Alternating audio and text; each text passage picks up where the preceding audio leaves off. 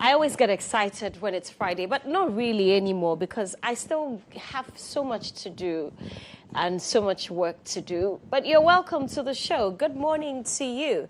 If today's your birthday, happy birthday to you. If you know anyone who's celebrating their birthday, a big happy birthday to them as well.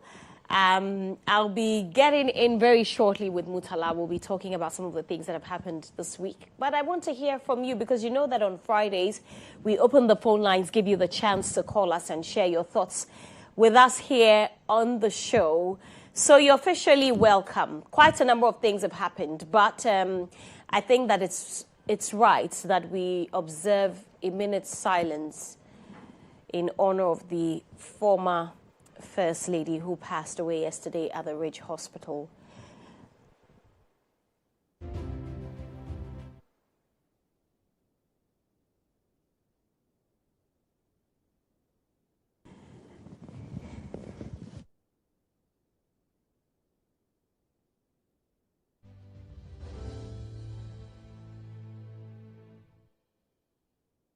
She has been a trailblazer when it comes to fighting for women's rights in this country. And may her soul and that of all departed souls continue to rest in peace. Lots of messages have poured in following her demise from the NPP, from members of parliament, from civil society organizations, from the NDC, and the head of the family announced the death in a press conference. May her soul rest in peace, and our condolences are with the entire bereaved family. Anyway, let's move on. Let's start the show with our quote of the day. And today's quote is by Coco Chanel, and she says, "In order to be irreplaceable, one must always be different. In order to be irreplaceable, one must always be different." And that is our quote of the day. Strive to be different. Strive to not be ordinary, right, Mutala? I always tell people that do the extra, you know. Don't be like everyone else. That way you become easily replaceable if you're doing the normal and the regular things that everyone does. But when you strive to add some more value to yourself, you become highly irreplaceable. Even when people have to let you go, it's always such a problem. Yeah. So that's our quote of the day. Let's bring you the word of the day. Here is a recap of the words we brought you this week. On Monday, we brought you zest. On Tuesday, we brought you ephemeral. On Wednesday, we brought you chillax. And on Thursday, we brought you snazzy.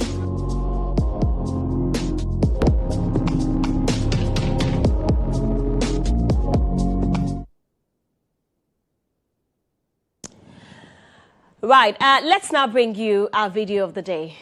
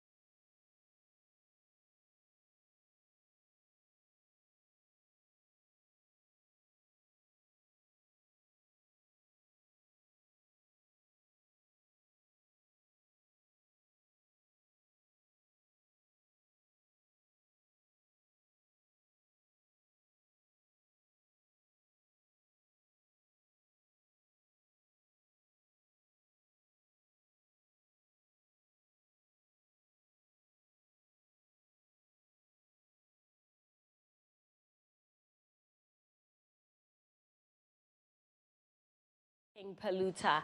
I like that one. Well, a friend of mine told me that every song that plays on the show, I always say I like it. But of course, I like it. I love Ghana music. So that's our video of the day. It's now time for Court Today.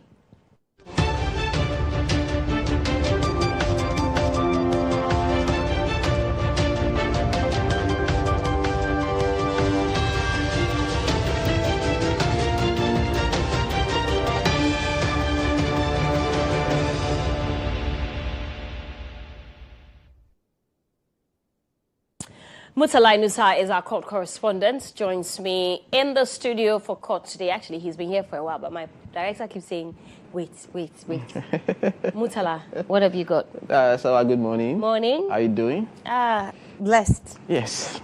I'm only sad because of the sad news we had yesterday about the passing of the former First Lady, Nana Konadu Agyeman-Rawlings. Yes, very, very, very shocking. The last video I watched, in fact, I met her, the last time I personally had an encounter with her was at the law court complex. Normally she will come there, there's a case that she's involved, she will come with senator and then the other daughter.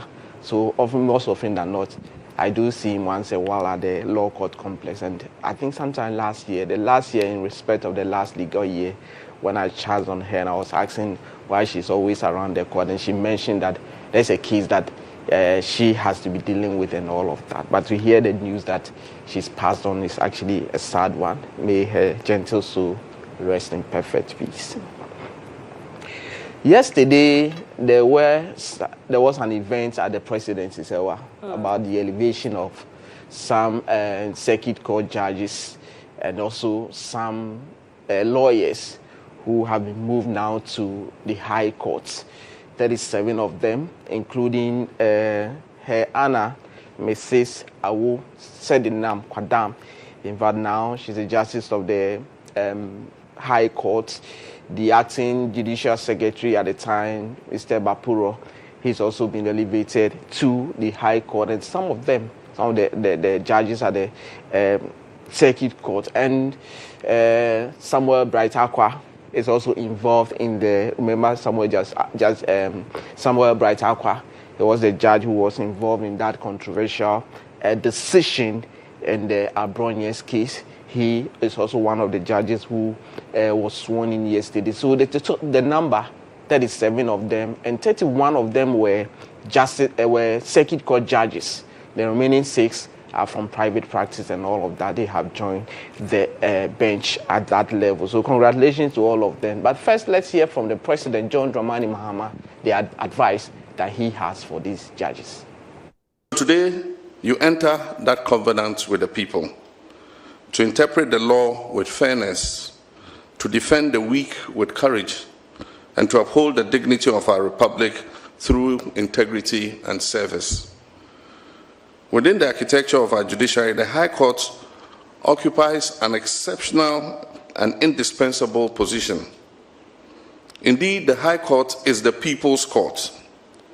That is where it is the forum where the law most directly touches the lives of our citizens. It is here that a market woman defends her right to a piece of land inherited from her grandmother. It is here that a young entrepreneur seeks justice in a contract dispute that could determine the survival or collapse of his business. It is here that a journalist defends the freedom to speak truth to power. And it is here that a parent prays for justice in the face of negligence, discrimination, or abuse. And as Nelson Mandela once said, and I quote, "A nation should not be judged by how it treats its highest citizens, but how it treats its lowest." Quotations closed. At the High Court, this reality is lived every day. You, my lords and lady justices, are the living face of justice for millions who may never reach their appellate courts. Their faith in democracy will depend on the fairness, clarity, and compassion with which you administer justice. President John Dramani Mahama admonishing the newly elevated judges from the court of circuit court, I beg your pardon, to the High Court. So congratulations to all of them. But what about the judges themselves? What do they say? Let's hear from the RF. They made a great honor and privilege to represent our colleagues here to render our gratitude unto the presidency. First of all, for approving our nomination to be sworn in this Memorial Day as Justices of the High Court. We then made a great privilege to be sworn in, and we want to pledge our commitment to upholding justice with integrity and without partiality. We are here to assure you, the President, that for the confidence reposed in us and for this appointment, we will deliver justice to the people and the citizenry. Okay, so that is the representative of the newly elevated judges addressing or accepting the mantle on behalf of the others. So they have agreed that they will serve the nation with all their hearts and mind, uphold the law the way it has to do. So, Serwaa, 37 of them have now been elevated to the High Court. So all of them, when you see them now, the justices of the High Court, they have now joined the Superior Court from the lower court. Six of them are from private practice and all of that. So that is one of the things that happened yesterday. Then the National Signals Bureau trial, 49.1 million Ghana cedis involved. Kwabena Edubuahin, the wife, Angela J. Boatin, and of course, a company, Advantage Solutions. Remember, Mildred Donko, the third accused person, has been taken off the case and she has been discharged. Yesterday, the business of the day was for further evidence in chief by the second prosecution witness, Madam Edith Ruby Adumwa. Yesterday, immediately the case was called. Samuel Atachian, who is lead counsel for the accused persons, indicated to the court that they have a motion, they filed a motion at the Supreme Court, and what that motion seeks to do is to prohibit the judge from continuing with the trial. The reason is that they are alleging possible bias. They are alleging that the court has not been fair to them, and so they want him removed. So once he brought that to the attention of the court, one thing that he said was that he wants an adjournment because the hearing date was for next week, Thursday, and so they want an adjournment to abide the decision of the Supreme Court. The state prosecutor who was present in court, AC Denta Yanka, a principal state attorney, opposed to that and said, look, the filing of that particular motion does not automatically stay the court's hands from dealing with the matter. So the proceedings of the day must continue. All of them, in fact, it was a banter. This one will have to go at each other and all of that. At a point in time, the court also had a decision to make by saying that the court has chanced on two separate decisions from the Supreme Court, which seems to conflict each other. And in the minds of the court, what the court was going to do is to decline the request to adjourn the case and then order that the witness mount the witness box for the proceedings of the day to continue. At that point, Samuel Atacha indicated that, look, they are not willing to continue with proceedings as long as they have filed that particular request at the court. The court said proceedings will have to continue and the witness should mount the witness box. Samuel Atacha and his team said, look, for that, if that's the case, then we are leaving the courts. We will not take part in the proceedings. And same was recorded on by the recorders to show that or to indicate that they abandoned the trial. And I've been speaking to Samuel Atacha. I've been asking him, why did you abandon your client in court? Let's hear him. Giving an impression that, look, this case is what matters to the judge the most. Now, yesterday, I filed a motion for prohibition in the Supreme Court, saying that we are not comfortable that this judge will give us justice. I brought it to the attention of the judge. I also raised an issue that we should adjourn the case and abide the outcome of the application to the Supreme Court. The case is just next week in the Supreme Court. The judge is saying no, he won't grant us the adjournment and that he is ready to continue the case. As to why the judge is in an ambulance mood to continue the case and cannot wait for the Supreme Court for 1 week, it leaves much to be desired. And I'm caught between the rock and the hard place. How? The ambivalence that you want to disqualify a judge from hearing the case and you sitting to continue the case. I cannot answer in the Supreme Court, so I need to leave the chamber. Yes, so Samuel Atacha in there, he's been very consistent about the use of ambulance, a trial, and all of that. So he explains why he had to walk out of the proceedings yesterday. And moments after that happened, the accused person himself, Kwabena Edubuahin, has to ask the court for an opportunity to go and speak with his lawyer to come back, to convince them to come back. The court stood down the case for 30 minutes. He got back and then indicated to the court that by the time he came out, the lawyer had gone. And so the court should look at that circumstances and then allow him an opportunity to have counsel. So on the premise of that, the case has been adjourned to the 30th of October for continuations. But it was all drama yesterday when this case came up yesterday. Right.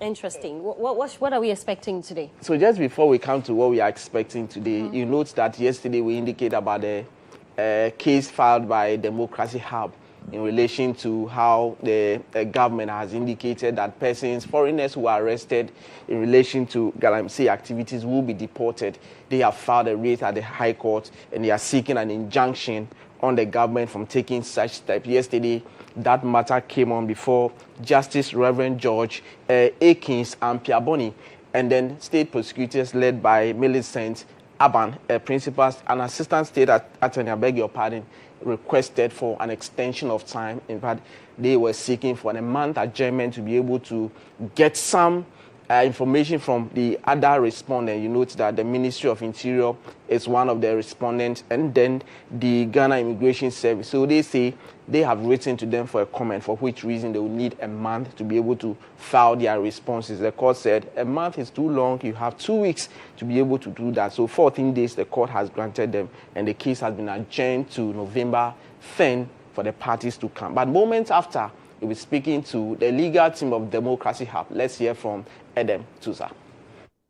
Despite the fact that the AG had been served on 17th October, they have failed to file a response to our application. They haven't even filed a response to the main writ we filed. But the court was gracious to give them time to file their affidavit in opposition to our application, so that the application can be moved on the 10th of November. So hopefully by then they can file a response and then we can move our application. So we're seeking an injunction to prevent the government from deporting non-Ghanaian citizens, specifically the Chinese, who are engaged in galamsey activities. Because usually when they arrest these individuals, instead of prosecuting them, they just deport them back to their countries, and they claim that they are facing sanctions in their countries. But we are trying to make the argument that they should be prosecuted here and serve their sentences here before they are deported to their country. So we are essentially seeking an injunction to prevent them from being deported. So that's our hope, and hopefully the injunction.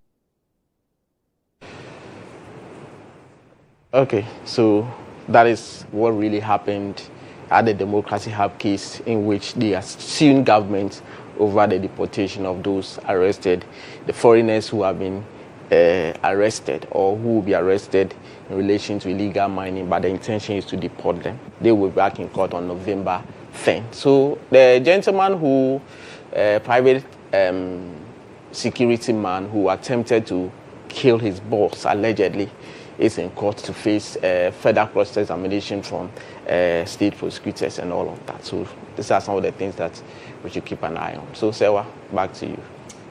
Murtala, thank you very much. I forgot to mention the Esquire. Thank you very much for bringing us these updates. Let's quickly run you through the newspapers, then we will open the phone lines and take a few calls before we get into our conversation.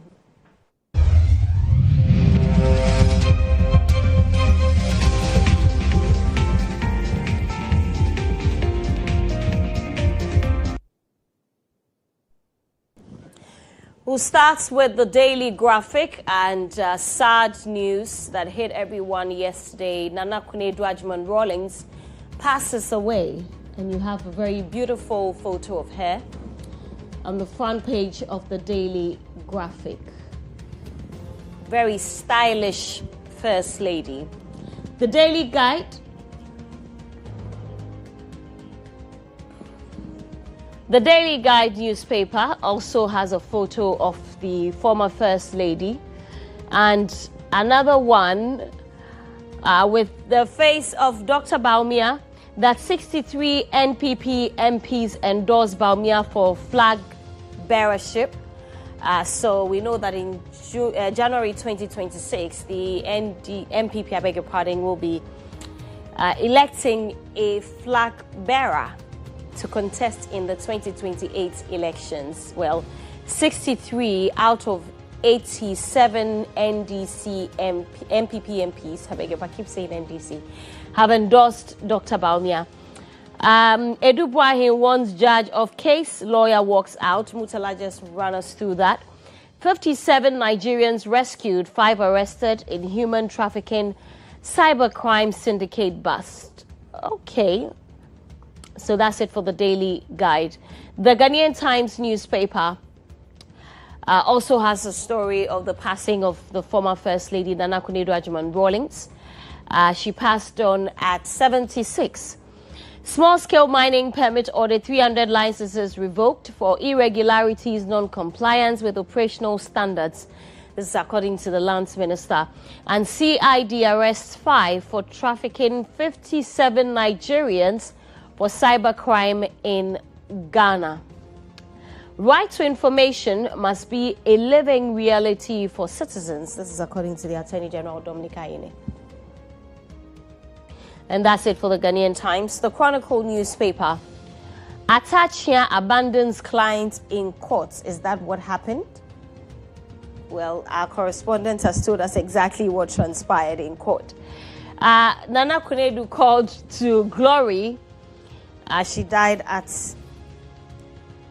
76. Bawumia wins hearts of 63 members of parliament. Yeah. And today's Bible verse in the Chronicle newspaper is from Romans chapter 8, verse 31. And it reads, "For if God is for us, who can be against us?" And believe that. You really need to believe that. The Daily Post. Mahama swears in 37 new justices of the High Court. And I saw a joke on a colleague friend of mine's WhatsApp status. You know, yesterday there was a swearing in of the High Court judges, and some of them had done photo shoots and stuff.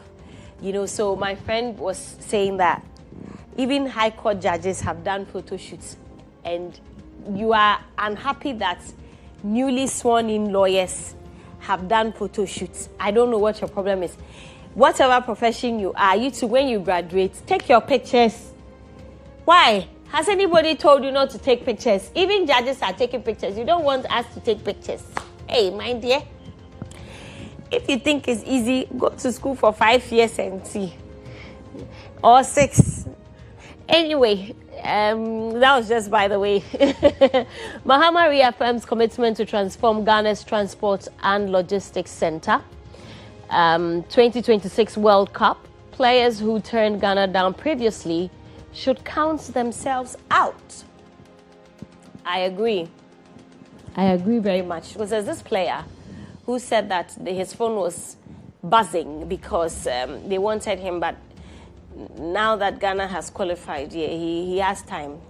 I've forgotten the name of the player. But yes, that's what the Daily Post is reporting. We'll end with the Informer newspaper. OSP is not under AG's control. Inus Afuseni clarifies. And let's collaborate to resolve disputes. Interior Minister urges. One of the fine brains that I miss in Parliament, that I know that a lot of people miss in Parliament, is Inus Afuseni, former MP for Tamale Central. Very, very fine brain, lots of legal knowledge, very, very experienced.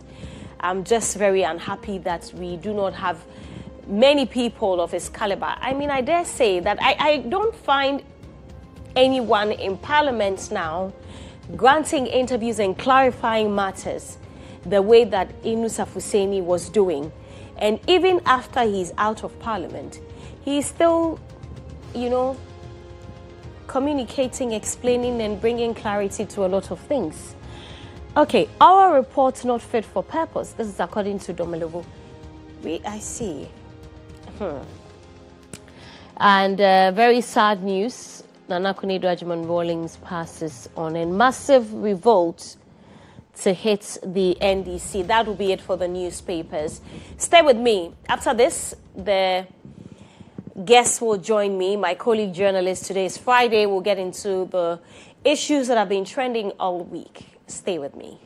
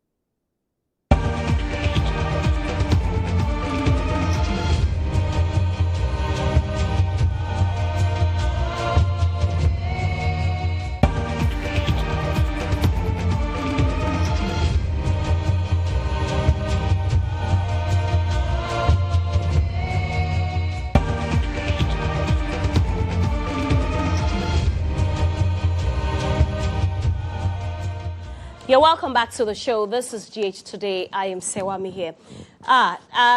Before we get into the conversation, let me do a few of these messages, okay? So if you're in Accra, get ready to feast your senses on Ghana's biggest culinary explosion. On the 13th of December 2025, the Good Park Accra Mall will be having its Asanka Fair, presented by Osei Krom Aduanepa in partnership with the EIB network. We'll be bringing you the Asanka Fair. This ain't just a food fest, it's a cultural movement. Tickets are selling out fast, so visit www.aduanepa.com or dial *714*703# on all networks. Tell a friend to tell a friend for full party on Park 25, 13th December 2025, Good Park, Accra Mall. Changing your baby's diaper regularly, especially after they poop or every 2 to 3 hours, for newborns helps prevent rashes and infections. Make sure to always wipe front to back, especially for girls. Clean gently with water or mild baby wipes and allow the area to air dry before putting on a fresh diaper.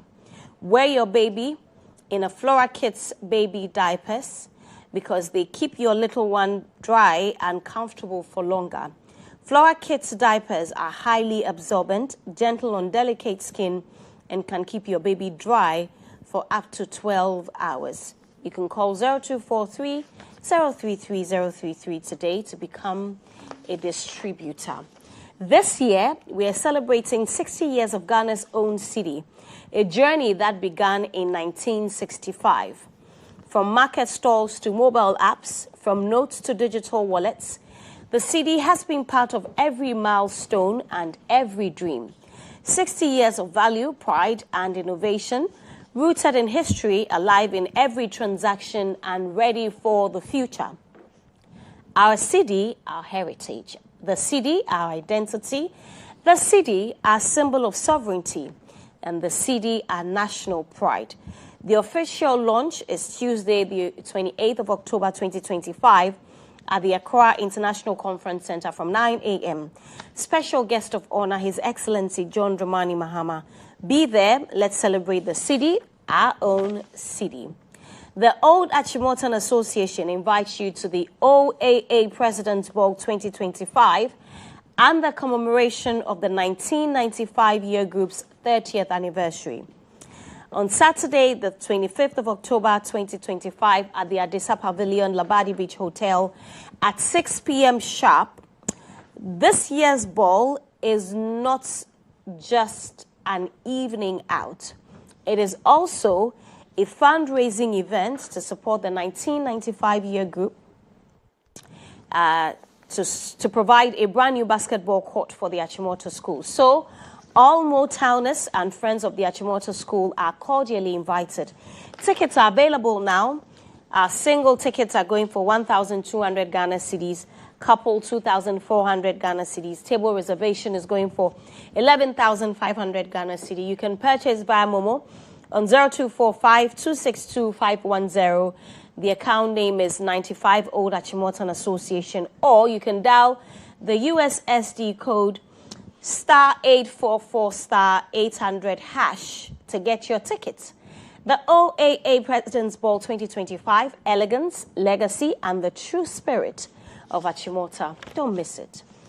This is a special notice from the St. Andrews Group of Schools.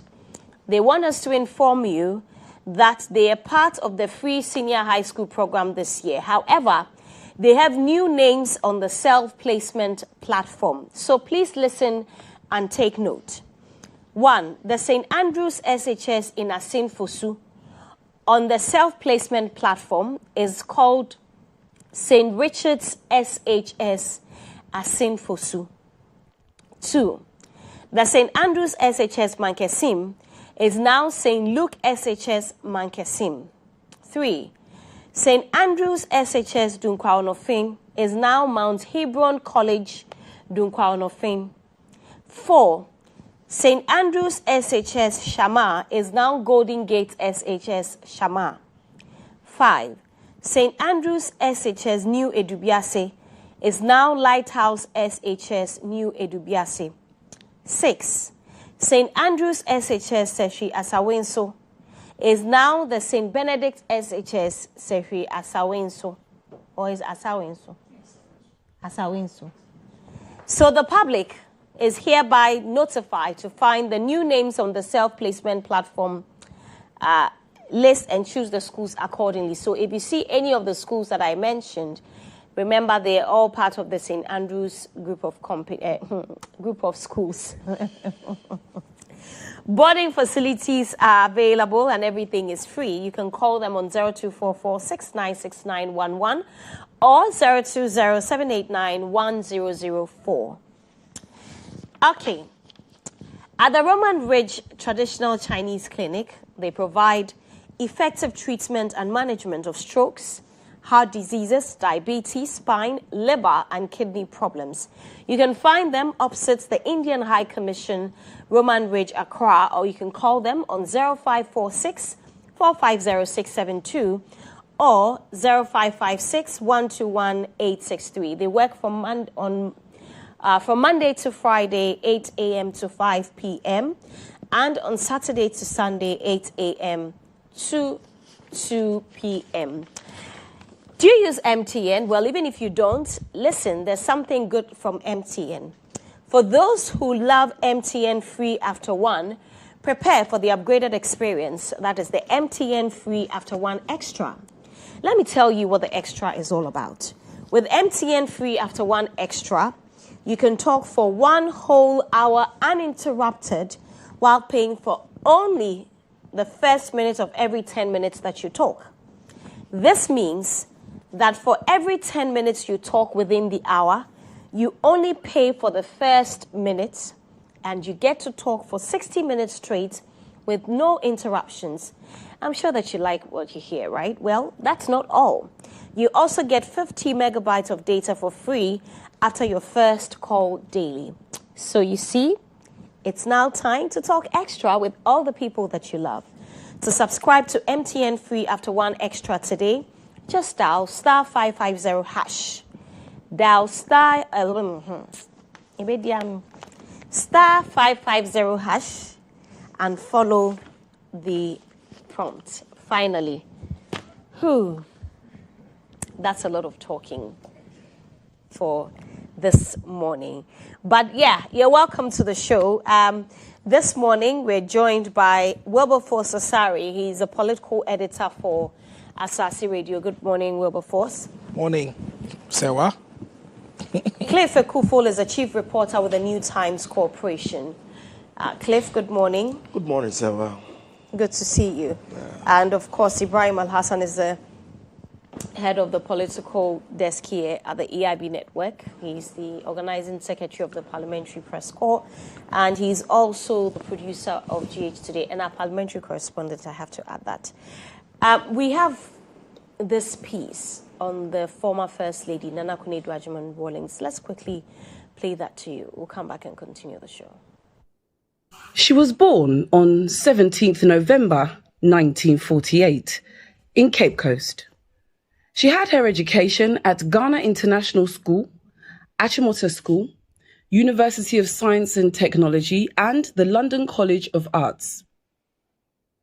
In her roles in politics, she became the First Lady of Ghana for Flight Lieutenant J.J. Rawlings from 4th June 1979 to 24th September 1979, and continued on the 31st of December 1981 to January the 7th, 2001.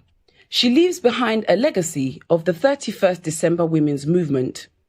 She was the founder and president of this broad-based, development-oriented, non-governmental organization established in 1982.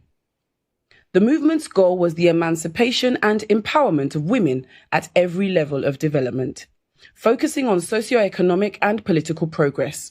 The movement established over 870 preschools in Ghana and worked on issues like child development, family planning, adult literacy, and promoting women's roles in decision-making. Through her efforts, Ghana was the first nation to approve the United Nations Convention on the Right of the Child in 1991. She also played a crucial role in the adoption of an interstate succession law to protect women's inheritance rights. In her political career, she was elected as the first vice chairperson of the National Democratic Congress, that's the NDC, in 2009. In 2011, she unsuccessfully challenged President John Atta Mills for the NDC's presidential candidate position. In 2016, she became the first woman to run for president of Ghana in a general election with her party, National Democratic Party. She is survived by Dr. Zanato, Amina, Yasantua, and Kimathi Agyemang Rawlings. So yesterday, we were hit with the sad passing of the former First Lady, Nana Akufo-Addo Agyemang Rawlings. And earlier this morning, we observed a minute's silence in her honor and that of all departed souls. And our condolences to the entire family and to the entire nation, because this is a big one.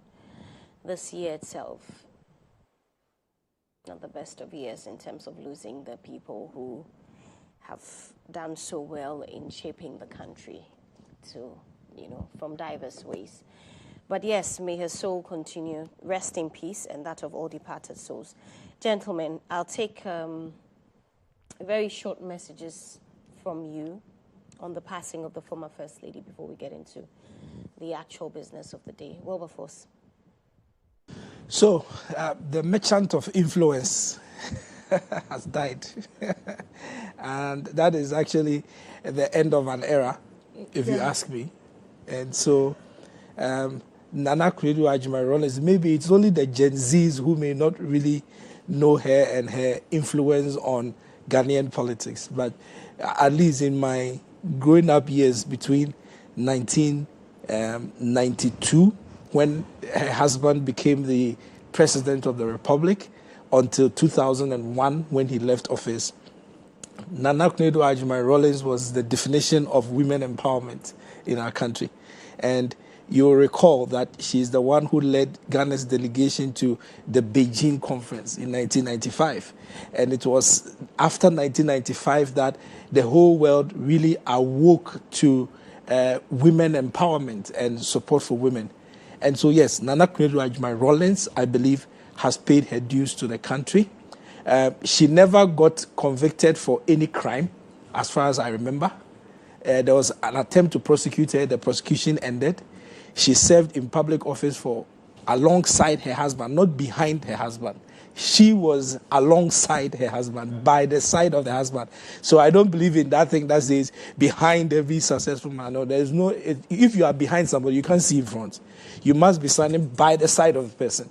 And so Nana Akufo-Addo Agyemang Rawlings stood by the side of Jerry Rawlings, and they governed this country.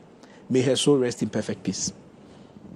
IB. Well, yes, you're right in pointing out that this year has been a heavy one for many, many reasons, especially with souls that we have lost. Mm-hmm. And so Nana Akufo-Addo Agyemang Rawlings, she dies 5 years after the husband's death. And it's quite instructive. I agree with everything that Wilberforce said. See, when we became conscious of our environment, and you heard of women empowerment, you will be forgiven if you replace that phrase with the name Nana Akufo-Addo Agyemang Rawlings. And she did it so subtly that Serwaa, many people became members of NDC without realizing it. Many women, let me be specific, became members of NDC without realizing it in the name of 31st December Women Movement. Here we talk about the Labour Act, and we talk about its enjoyment on us to ensure that when mothers are returning to work, they have conducive environment to cater for their children. It's today that we are talking about that in our Labour Act. Go to many established offices. Nothing of that nature exists.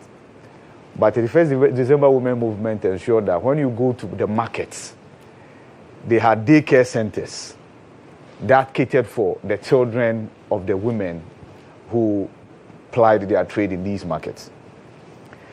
Now, Nana Akufo-Addo Rawlings established the office of the First Lady. In essence, she established that office.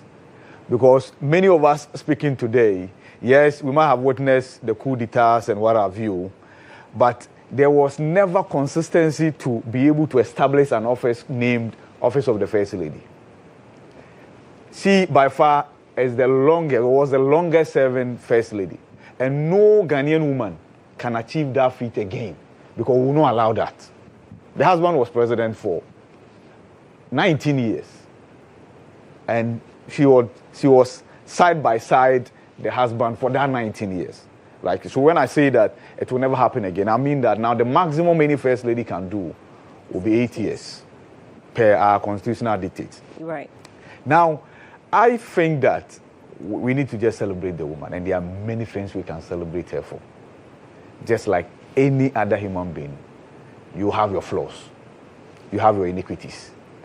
If you look at the political life, then you can have buts. But if you look at her as a First Lady, as a gender champion, and if there's anybody who deserves that title, it's Nana Akufo-Addo Rawlings as a gender champion. She just didn't champion gender. Both of us reference the Beijing conference. When they returned, we the men, we could not hear anything else in this country. Beijing conference. A woman owes you, you want to take your money, say Beijing conference. I won't pay. And it became a household name. That's how influential she was. Yes, of course, she suffered the propaganda for it as well, because at the point they said she was the president, and then JJ was the vice, that she was the one governing us, right? But that's how endearing her legacies will be.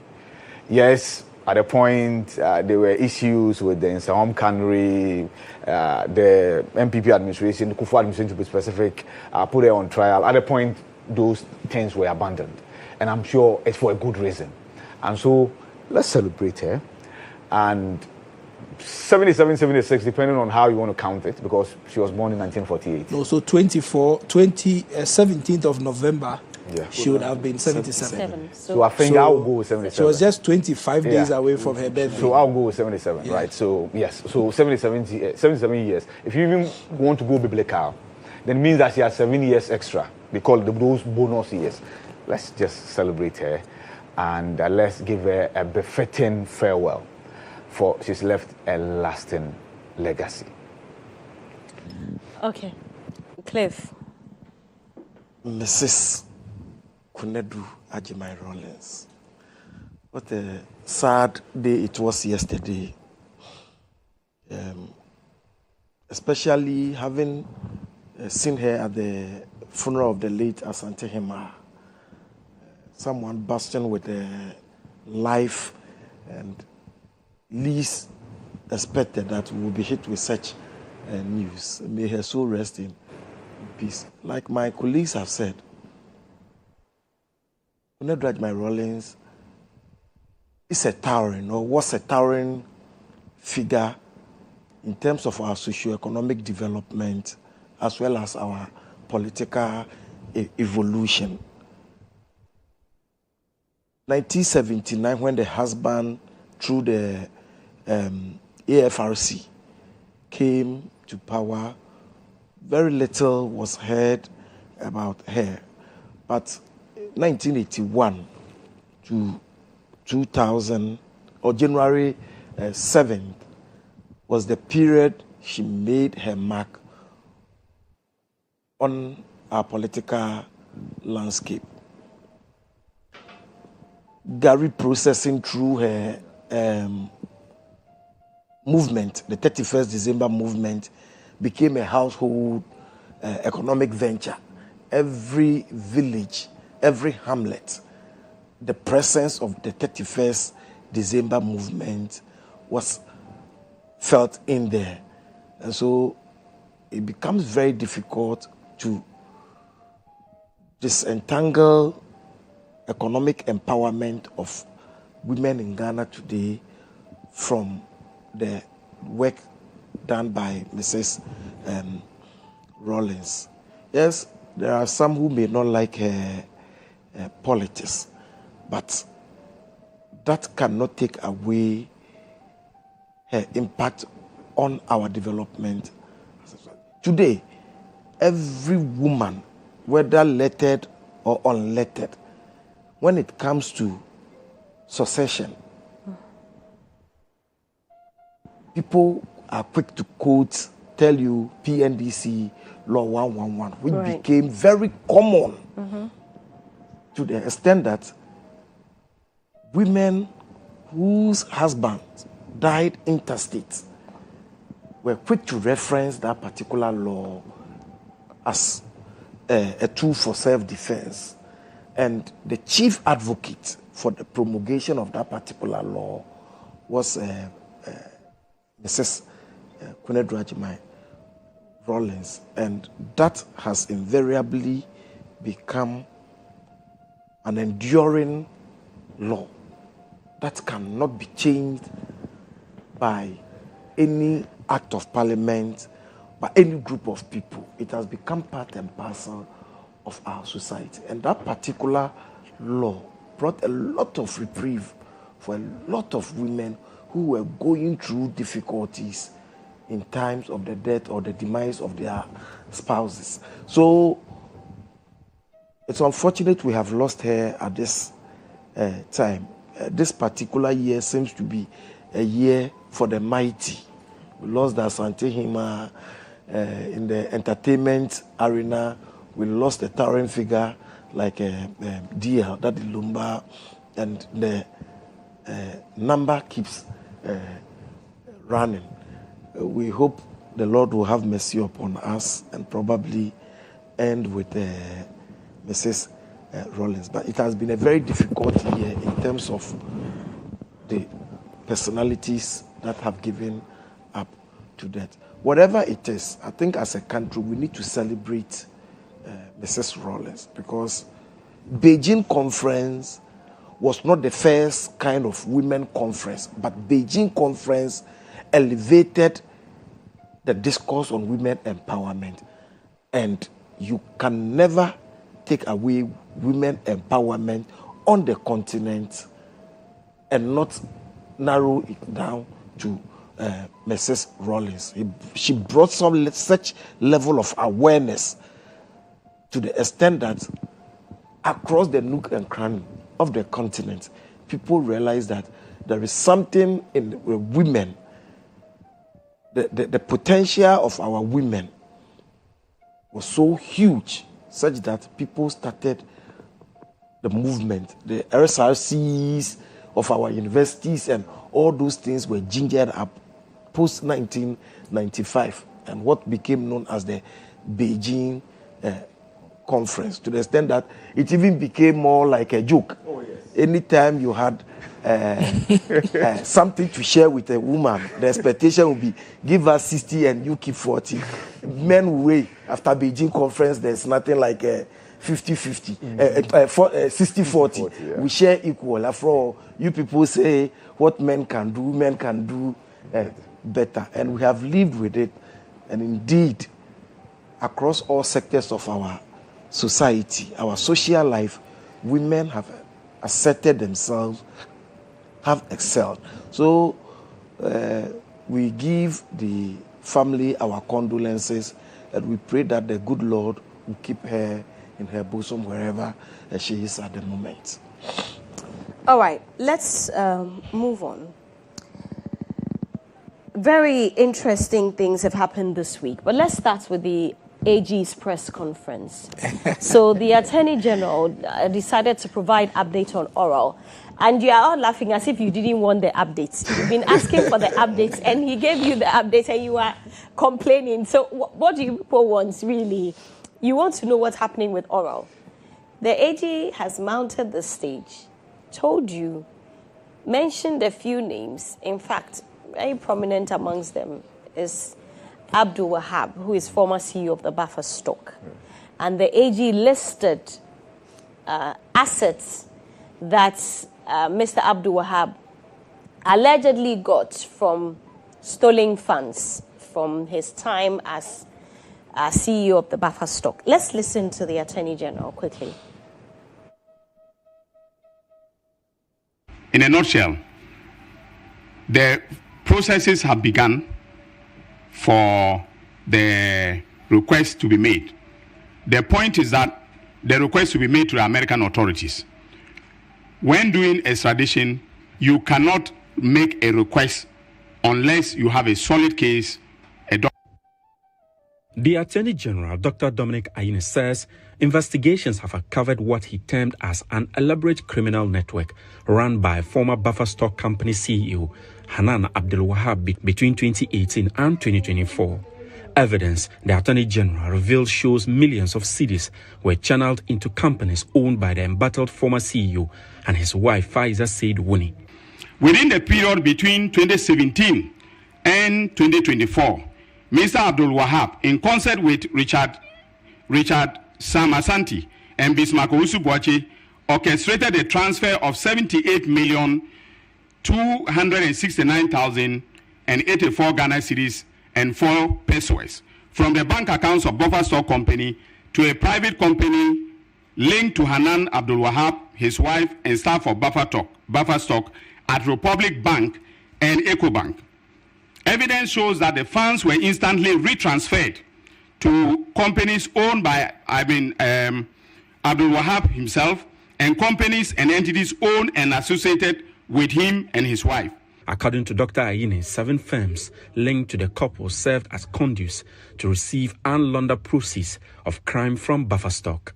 Evidence shows that between December 2017 and May 2019, Hanan Abdul Wahab transferred 5,495,780 Ghana cedis and 36 pesos from Buffer Stock company accounts to 2 bank accounts belonging to Aludiba Enterprise, one of his companies at Republic Bank and ABSA. Aludiba Enterprise is not a registered supplier of Buffer Stock Company. Hanan Abdul Wahab between 2019 to January 2022 also orchestrated some suppliers to transfer an amount of 11,998,830 Ghana cedis, 48 pesos, to an entity owned by a staff of Buffer Stock, and later instructed the staff to retransfer the funds to a company owned and run by himself and his wife. He added that the laundering trail led to massive property acquisition across the country, from prime real estate to luxury assets, all purchased through same web of companies. The Attorney General further disclosed that bank records from EOCO show Hanan Abdul Wahab, his wife, and their entities became the single largest depositors at Republic Bank during the years they operated the criminal enterprise. A 17-bedroom boutique hotel at Gumani in Tamale, in respect of which the couple used Fauza Company Limited to sign a franchise with Villa Monticello for the price of $250,000. In other words, $250,000. There is a 4-bedroom bungalow situated at Jolo, Accra, valued at 4.1 million cedis. 3-story building, that is Chicken Republic, the Chicken Republic building in Tamale, suited at Estate Junction, Tamale. 5-bedroom mansion at Canville, Dorado Street, Tamale. 3-bedroom house, Palissy, Tamale. 1-story building, number 10 Selby Gardens, Achimota, Accra. Then a 0.27 acre plot of land, Estate Junction, Tamale. 0.29 acre of land, close to Workers College, Tamale. We have also frozen all these assets and will be taking steps to have them confiscated to the state in the course of the criminal proceedings. However, the Attorney General further disclosed that under interrogation, Faiza GHOne disclosed she was only a housewife and did not engage in any business. Meanwhile, Dr. Ayine also revealed that properties have been frozen and the couple and their collaborators will be formally charged for stealing, conspiracy to steal, and other offenses on Friday, October 24, 2025. So that's the Attorney General, Dominic Ayine. Today, the AG will officially file the charges against Abdul Wahab, former CEO of the Buffer Stock. And so, many people after this press conference they've come out to criticize the actions of the AG, that he should stop engaging in the public prosecution of these persons and go to court. Because when you say these things, call them names, and seek to insinuate that they are guilty, you've already prosecuted them in the court of public opinion. I don't know what to make of. I don't have an opinion, really, because you cannot ask for one thing and then complain when you are being given the thing, because everybody was asking what is happening with oral, what is happening with oral. They've told you what is happening with oral, and you are still complaining. So what exactly do you want? Wilberforce, I know you are part of those people. So you and your friends, what exactly do you want? I'm part of which people? You are part of the people who will criticize the approach of the AG. Okay, so I have two issues. Okay.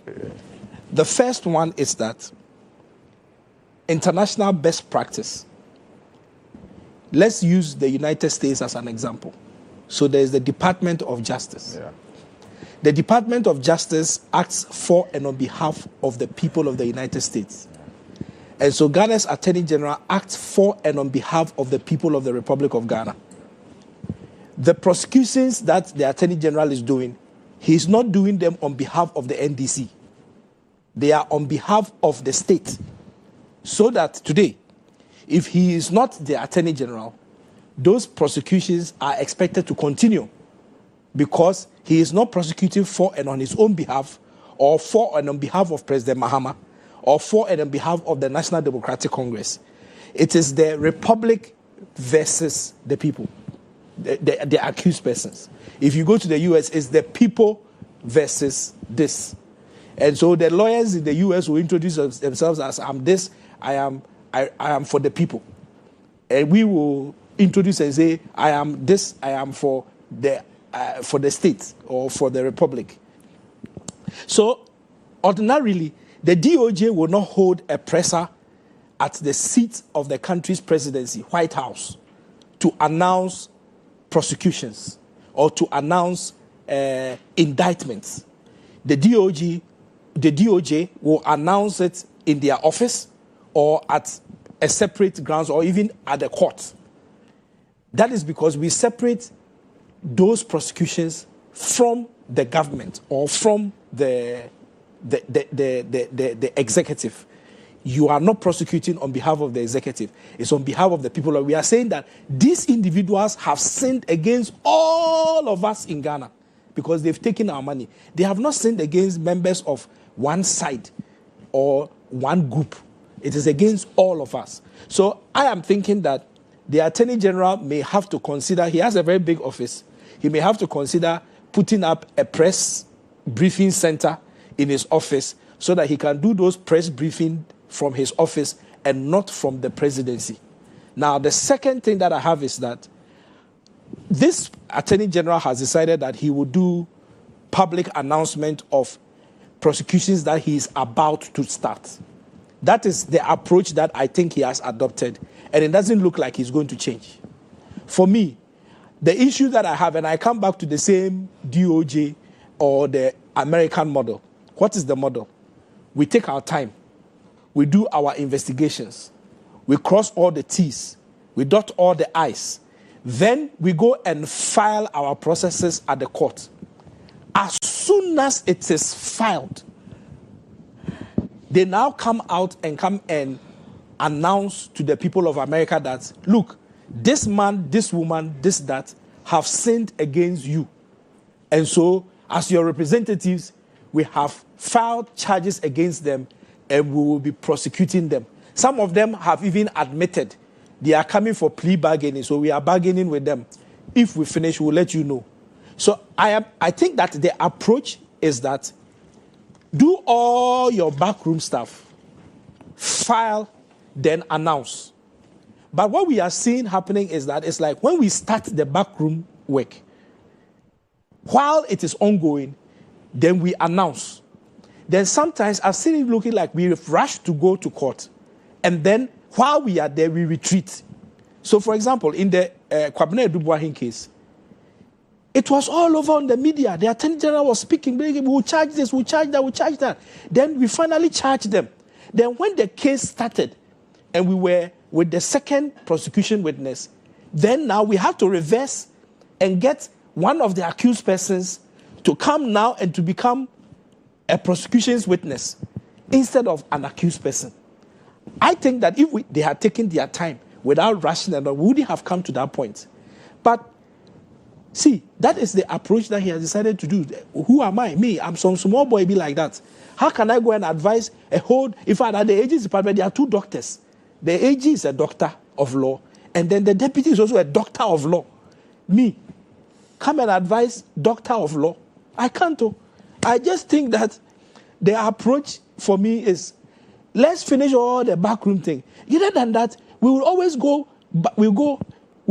in fact, one of the cases that the special prosecutor was doing against Mustafa Hamid, they came, we'll do this, we'll charge this, we'll charge this. They went to court with the charges. Then after 3 weeks or 4 weeks, I'm sure the investigation continued, and they realized that what we have sent is, let's go back and add more. We could avoid all of that if we take our time. Prosecutions and investigations take a lot of time. And I'm not surprised that, this is my last point, I'm not surprised that now the AG himself is ending by telling all of us in Ghana, please be patient with us. That is the point. That is the point that everybody in Ghana should know, that the issues about prosecution, investigations, they must be done painstakingly. We have a lawyer here, they'll tell you, the lawyer will tell you that if you are going to do it, take your time. Check all the facts. Check all the issues. Look at all the sides. In fact, critique yourself. Prosecute. If you are the prosecutor, you become the accused person. And prosecute your own self before you go to court to go and prosecute. Because you'd have asked yourself all the questions. You'd have asked yourself all the loopholes, all the way out before you go. Thank you. IB. Well, so, yes, I'm not surprised the AG decided to update the public. It's been a long time coming because there were conversations about oral, how far with oral. And Serwaa, the Attorney General wears 2 hats. And there's a tendency for us to just limit the hat to one, Attorney General. He's also a Minister for Justice. He's a government appointee. He's aware of NDC's manifesto. He's aware of the promises made in there relative to justice and then Operation Recover All Loots. So people were asking questions. Nobody even considered that the courts were on break. Those who were asking questions about oral and prosecutions and how come that the AG had not gone to file additional cases and what have you, whether they were aware or not, were not addressing their minds to the fact that there was legal vacation. Now, aside that, there are other considerations. And like Wilberforce mentioned, why will the AG address the media from the presidency? Well, I say that that address came from the Minister for Justice, who is the president's appointee, and then needed to update the public about a manifesto promise, Operation Recover All Loots. Now, you mentioned DOJ. Yes, you're right. But yes, they do it. And I was going to tell you about indictment. Once you are indicted, the Department of Justice will address the public. And you are right in that regard. You are right in that regard. So, addresses relative to cases are not new. Now, let's assume that the AG doesn't address the public. Do you know what the AG will do? As you mentioned, Serwaa, the AG will be filing charges against Hanan Abdul Wahab this morning. Those charges he'll be filing will become public. So everything that the AG said in the address will be reproduced on a sheet of paper relative to these individuals, these suspects, and they will be filed. They will become public document. So you and I could access them and read the chain homes and what all those houses, all those properties. We'll read about them. I will have had an issue if indeed the AG came and said that I have pronounced these individuals guilty. Because that doesn't lie in the mouth of the AG. The AG will go to court, as he's about to do this morning. After that, trial will begin. He's convinced in his mind that he has watertight evidence. He's convinced. Because no prosecutor will go to court and say that I'm going to lose.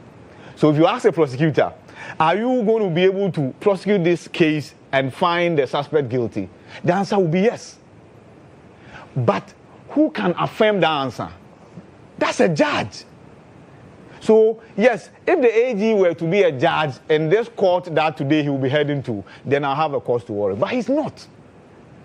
He will go and advance his argument. He will adduce evidence to that effect. He will produce evidence. And the judge will look at the evidence and hear from the defense and come to a firm conclusion that you are guilty. No, you are not guilty. That is it. To me, that's the bottom line. That's the beauty of the rule of law. So regardless of what anybody says, see, Hanan says he's innocent. He's consulting his lawyers.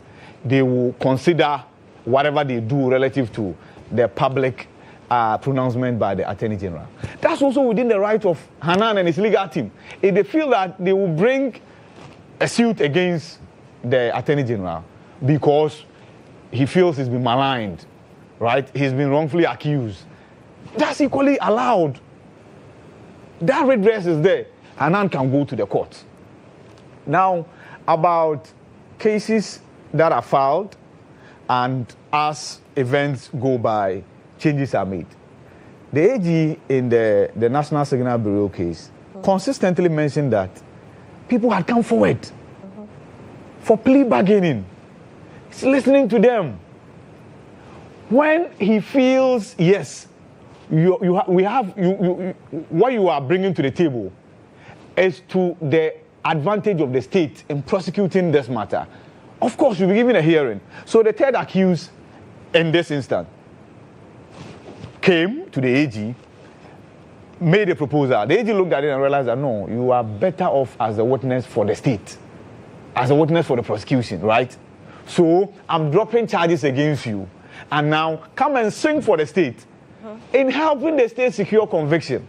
That's allowed. Trust me, if that's not allowed, the judge will have said no. But I get the point you are making that finish everything, but you see, prosecution can never finish everything before you start. Because at every point in time, there's one other addition, there's one other subtraction. It's up to you to know how to manage it. Is Wilberforce saying he doesn't know this? He knows. Trust me, he knows. He has legal knowledge. I know, I'm aware of that. Why are you saying that? Why are you saying that? Because see, the point I was making was not that. I was not saying that the prosecutors can complete everything before they go to court. Yeah. What I'm saying is that when you present your case in court as a prosecutor, you are watertight. That you have built a solid docket. Yeah, but and that you are not because of the trial. Yes. An accused person can offer to be a prosecution witness. Yeah. Well, you see? So if you look at the bigger picture, if you are bargaining, if you are bargaining, yes. But I'm only saying that. See, what I'm saying is that if you take your time and do your when they are doing investigations, when prosecutors are doing their investigations and all that, all those things come up that amongst even the people who are suspects, what have they done that, what did they contribute to this matter? And I'm also how is it going to impact on you say the that case? all those things come up. When those things come up, and a lot of the time the options are thrown to the suspects or the accused persons. At first instance, some of them don't take it. Exactly. But in the course of the trial, when they realize how things are going, they have every right to go back and say that, you know what, you put this offer on the table, and I'm ready to take it. There's absolutely so if nothing we have, wrong if with in that. the Dubuahin case that I'm referring to, if we had the evidence that she was made the offer initially, and she didn't. But the AG spoke to the fact that many of the suspects, right, were, in fact, some had made offers It's not that the AG even made offers to them that serve as the prosecution witness. They had made offers that we are aware of ABCD, but we played this role. Can we offer to, yes, in exchange for our freedom? And it happens. See, don't be surprised if there is a bigger face than Edubuahin. Edubuahin can offer to become prosecuting witness, and the AG can consider and then drop charges against Edubuahin and go for that bigger face. It's permutations, right? I don't know why what Wilberforce is doing. Please ignore him totally and, yes. Go ahead. So yes, so for that, yes, like I said, the AG is a politician. And those of you who are criticizing should know that for a fact. Sometimes you overlook the fact that he's a politician. You overlook the fact that he's a minister for justice. You overlook the fact that he's the president's appointee. You overlook the fact that the NDC has a manifesto promise to fulfill. That's oral. You also overlook the fact that there's pressure from everywhere. And he alluded to it. There's internal pressure. There's external pressure. But he says he will not be pressured. Because, mind you, Wilberforce will be one of the very first journalists to say that oral failed. Oh, yes, of course. Which has started already. Many people have... See, the people who are involved in oral, they themselves are saying it. So not me. Who are the people you haven't heard involved Dom Levo? Dom Levo was one of those who was receiving. Yes, they were receiving. He was part of the committee. He says that everything that most of the things that were received. He says most of the things that were received are, in fact, some newspapers said it was the newspaper. One of the newspapers used on where it says garbage. Yes, but Wilberforce, I mean, if Dom Levo says that, I don't think that it was lost on all four of us seated here that there was going to be a lot of quote and unquote kokonsa contained in that oral without evidence. That is why they over and over made it clear that oral itself is not a prosecuting authority. Exactly. Oral is just to gather information. Exactly. And when the Office of the Attorney General is set up, hand over those informations to the Attorney General. May I ask a question? To do you recall? recall? In my capacity No, as well. I'm asking a general question. But do you recall that there was a document prepared in the name of oral, which projects that about $21 billion had been stolen? Well, no, hold on. Let me finish. No, but I haven't finished what I'm saying. Okay. So the point, so if you put out there, it was even reported on BBC, international portals, that Ghanaian former officials have misappropriated up to $21 billion of Ghana's money. We put it out there. It was reported globally. But that would be a wrong report on the part of the media house. And then we now come and say that $21 billion projection that we made that had been stolen. And it was documented, though. List of the things that come up to the 21 billion. We now come and say that those things that we said, they cannot be substantiated. And we should all keep quiet and watch what I recall is the TADC is not backed by evidence. Yes, it's not substantiated. Right. It cannot be substantiated. The man who presented those figures is not in the Attorney General's department. Okay. But he's in government. And I am not holding brief for anybody. Okay. But I'm just saying that in the run-up to the 2024 elections, there was a lot of work done by the now minister Samuel Okudzeto Ablakwa, that he was on a mission to expose and help President Mahama, should he win power, recover the looted funds, by the so-called looted funds by the NPP, the just ended NPP administration.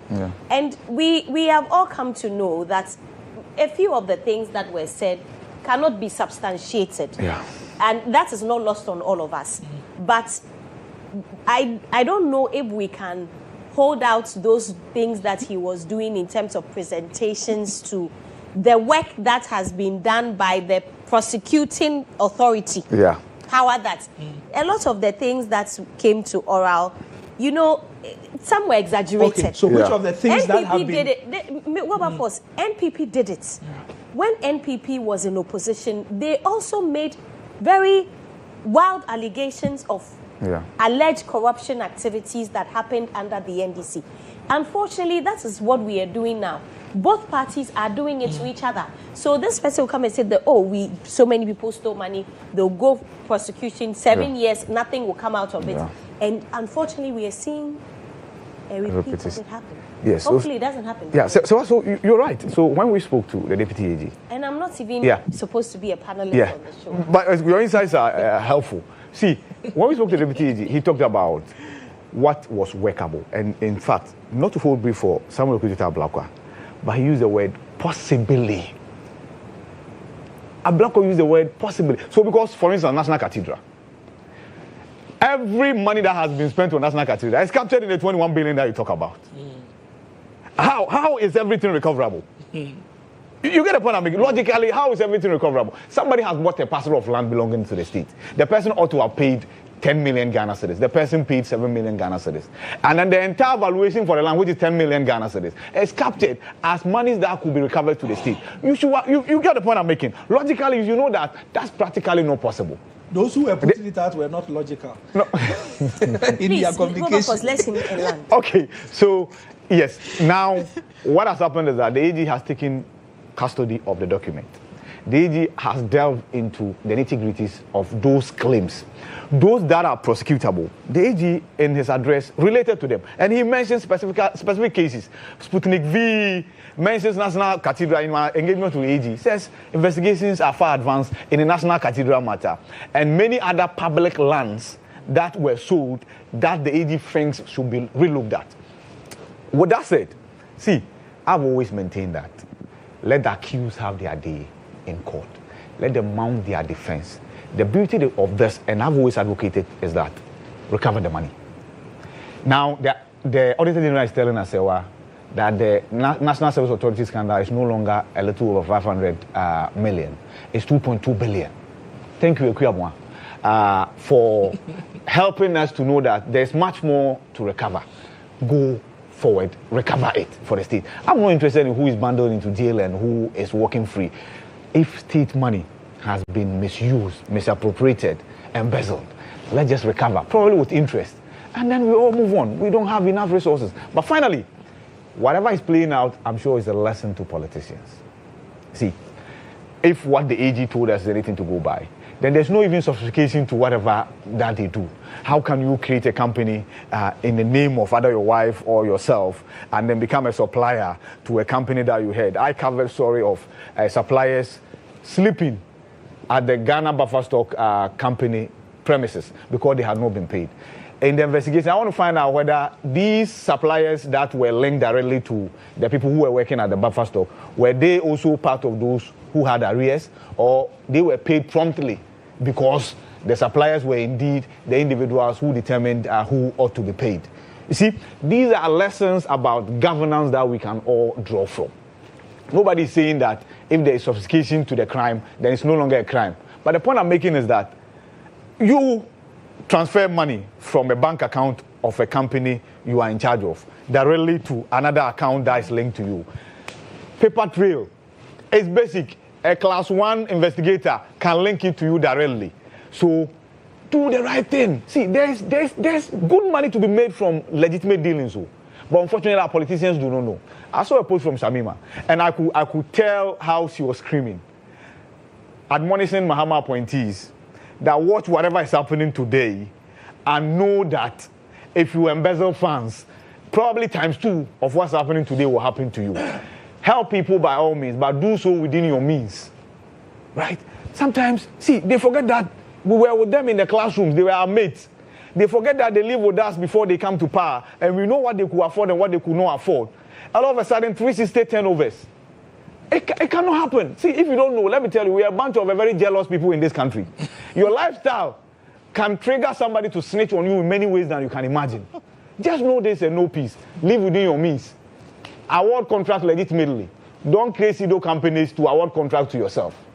How difficult should this be? But the Ghana man will not listen. Cliff, you need to let me take a very quick break, and then we will come back and pick your thoughts. Please stay with me.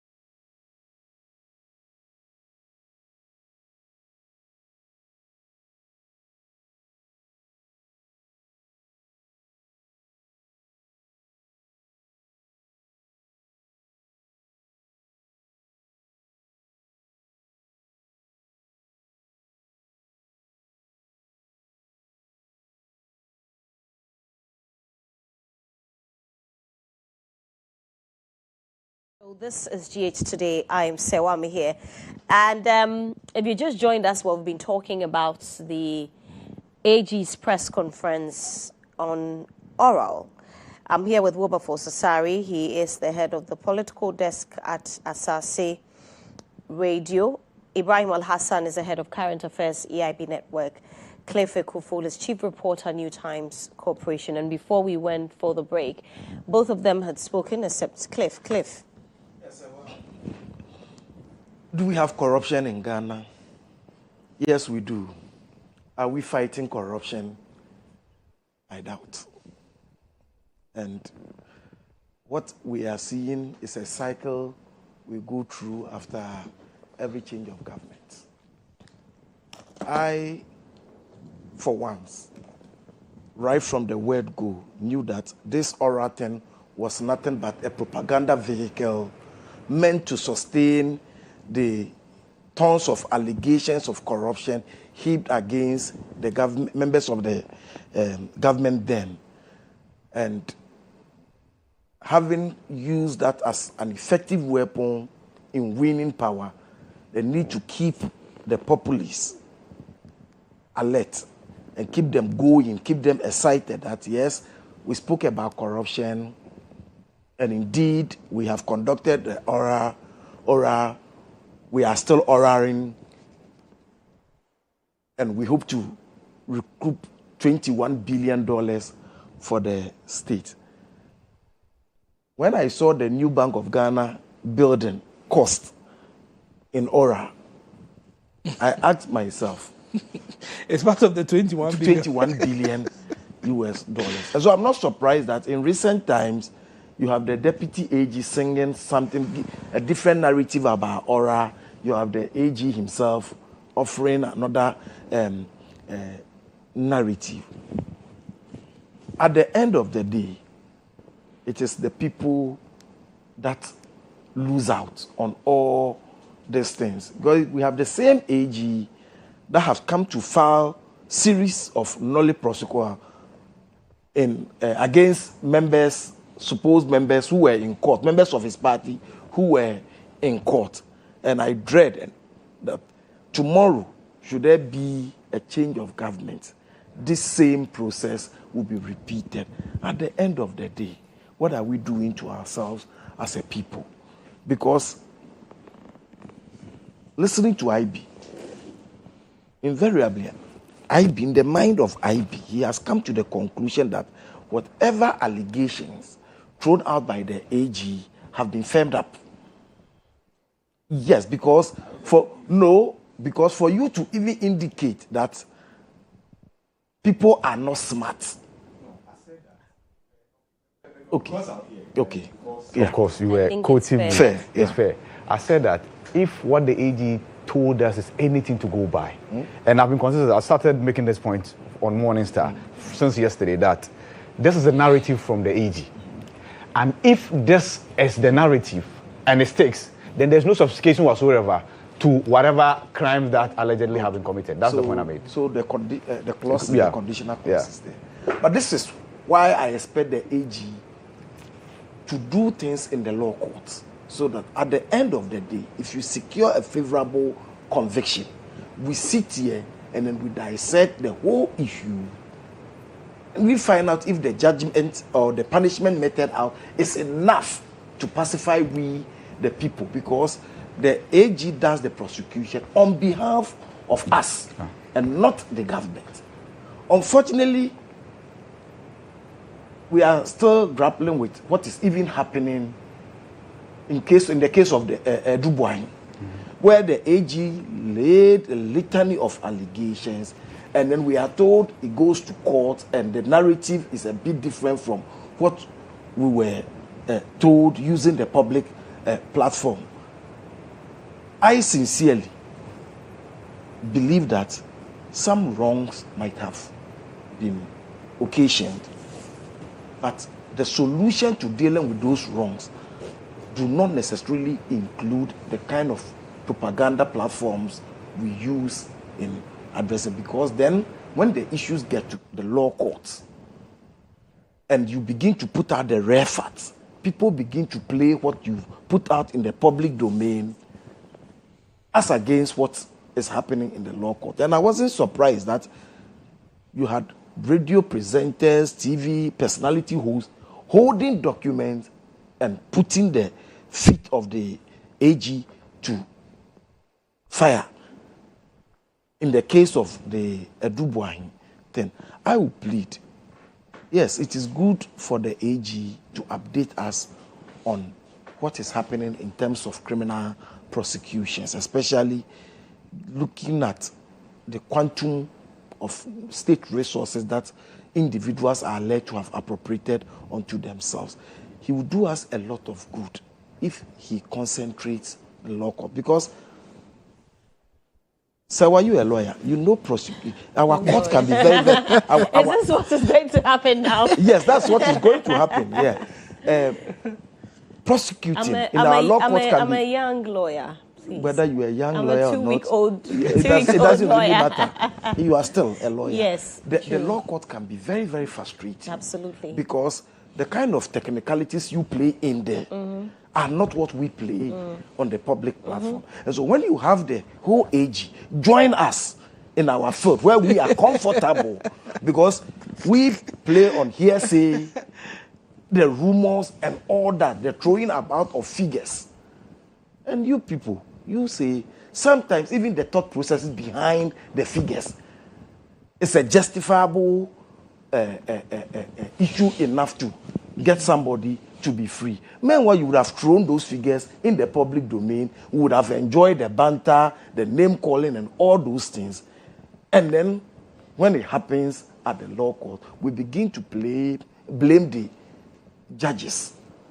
Because the kind of things we do in the public domain invariably mount pressure on the judge. And if you have a judge who is a timorous soul, you have no option than to play to the public, to pander to the public, because we have been made to believe that a certain course was taken. Unfortunately, in that course, the judge decides to deviate from the course, and then the judge rather becomes the target as against the one who presented his issues in the court of public opinion. So we plead with the Attorney General. He's one person I had a lot of confidence in. And when he was mentioned as the AG, I argued with some friends who are lawyers that, knowing Dominic, I know he was going to excel. Unfortunately, so far, I am not impressed with the way things are going, especially the level of information he puts in the public domain and what we are receiving from the courtrooms do not really match. And then they are depending largely on ORA to commence investigation for prosecution. His deputy is telling us some unpleasant things about ORA, and yet that is the very document they are relying on to build their cases or commence investigations into issues. We plead with them that they should hold their peace. Like Wilberforce said, conduct your investigations, build your case, and be sure that this case is a case that when presented before a judge, come what may, we are going to secure a favorable prosecution. I would prefer you winning just a single case than sending 100 cases and having all the cases falter when the need, when push comes to shove. So, yes, we expect the AG to work to recover our monies, because those monies can be $21 billion, should be enough to fix all our roads. As at the last check, we were told that we need about $10 billion to fix, give us very good roads. So 21, even if they recover $15 billion out of it, should be enough to fix all our roads and give us some extra of $5 billion for other things. we'll plead with them. They should take their time, do their investigations, and tone down on the public sentiment. Because when you watch the AG and the way he presents the issues in the public domain, I expect that I will see the same fire in the law courts. So that when reporters are reporting from the law court, we see the same level of fire in there. Other than that, 4 years down the line, 8 years, we'll be here talking about another AG filing nolly prosecutor. And that would not do us any good. I think we've gotten to a point where we must begin to take away party politics out of our corruption fight. And that is why I still believe that the time has come for us to look at proper decoupling of the AG's department from the Ministry of Justice, so that we know that our Minister of Justice is a politician, but whoever we put there as the Attorney General is Attorney General for the state and not for any government. I think we missed the way. I had an issue with the establishment of office of the special prosecutor while still maintaining an Attorney General. I thought we had the opportunity to do a complete decoupling. Let the Minister of Justice be there for the government, and then the Attorney General for the people. I don't know if I can make an intervention, but in the event that we don't even decouple, the Minister for Justice is a function. Sure. The Attorney General is a function. Good. The two of them can be performed. Okay. And when you are performing the administrative function of being a Minister of Justice, you can do it. And when you are performing that function of Attorney General, as stipulated in the Constitution, you can also do that. So that if you are doing something that is in relation to your position as Attorney General, you know where to do it, and where not to do it, and how to do it, and what not to do. It's all stipulated. Yes. So I think that the decoupling is a debate that has been going on for some time now. Assuming it is not, that individual should have that ability. Ordinarily, that should be the case. Yeah. Unfortunately, the appointing authority is for a government, and the government belongs to a political party. So if we don't take care, even when desiriously you intend to do as he is saying, people read political meanings into it. And we know what politicizing issues in this country have done to us. And that is why to put all of us on the safer side. If tomorrow I wake up and say, what has been appointed the Attorney General, knowing that she does not belong to either of the political parties, then we can easily hold Serwaa accountable. If Serwaa is doing something that we feel is not right, it will not be because she is afraid of the appointing authority, but her own incompetence have led her to why she is behaving the way she's behaving. It depends on who is I do agree. I do agree with you. But for example, you were talking about U.S. I don't think the Attorney General is appointed by Some of them, but some of them are elected. The Secretary of the Department of Justice is elected. Is an appointee of the President. Yeah. Yes. But they have our Attorney General is appointed by the President. Yeah. It's the same thing. But you know, the US one, I think they have different systems per state and all that. Yeah. So their system is a little bit complicated. Yeah. But of course, it's not the best example to use even yes. now. Exactly. With Donald Trump as the president, it's not the best example to use. In recent time, Donald Trump was accused of actually directing the DOJ to investigate somebody and indict Kobe, the former FBI boss. Yes. So okay, let's move. Thank you. Yes, but I think a brief intervention, Serwaa. Very quickly. You mentioned something that in relative to conflicting accounts on Ora from the Attorney General and the Deputy. I'm not sure that has happened, especially if you are referencing the interview we did with the Deputy Attorney General. Now, they are all speaking to one thing, that you cannot say that, let's just go and recover the 21 billion. Okay. Right? Because the 21 billion includes, let's call them as suspicions. Okay. Data gathered. Now, let's sieve through. Let's use a sieve and sieve through. Which of them can stand the test of law? Okay. And that's the ones that they are working with. Okay, yeah, that's fine. All right, let's move on. Very, very, very interesting things that we have seen. So, also, speaking on the Attorney General still, this week, yes, there was the interview that was granted by the Deputy AG as well, where the issue of the extradition of the former finance minister came up. And there appeared to be some missing connection between the Office of the Attorney General and the Office of the Special Prosecutor. And so the Special Prosecutor, the Office of the Special Prosecutor had to issue a statement that all is well between the Office of the Attorney General and the Office of the Special Prosecutor, because we had been told that the dockets on Ken Ofori-Atta, which will help in his extradition process, is being held or kept by the Office of the Special Prosecutor. And that generated a lot of conversation. I really don't understand where we are when it comes to this extradition process, because Ken Ofori-Atta is there. What about, have you heard from him? No. Heard from him as in how? He's not.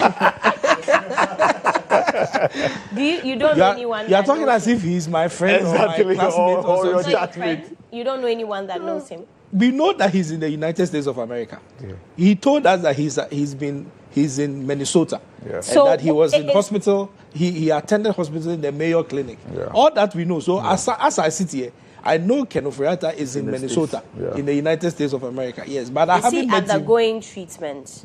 So he has undergone treatment, but I don't know the medical position as it stands now. The status, yeah. I don't know. Yeah.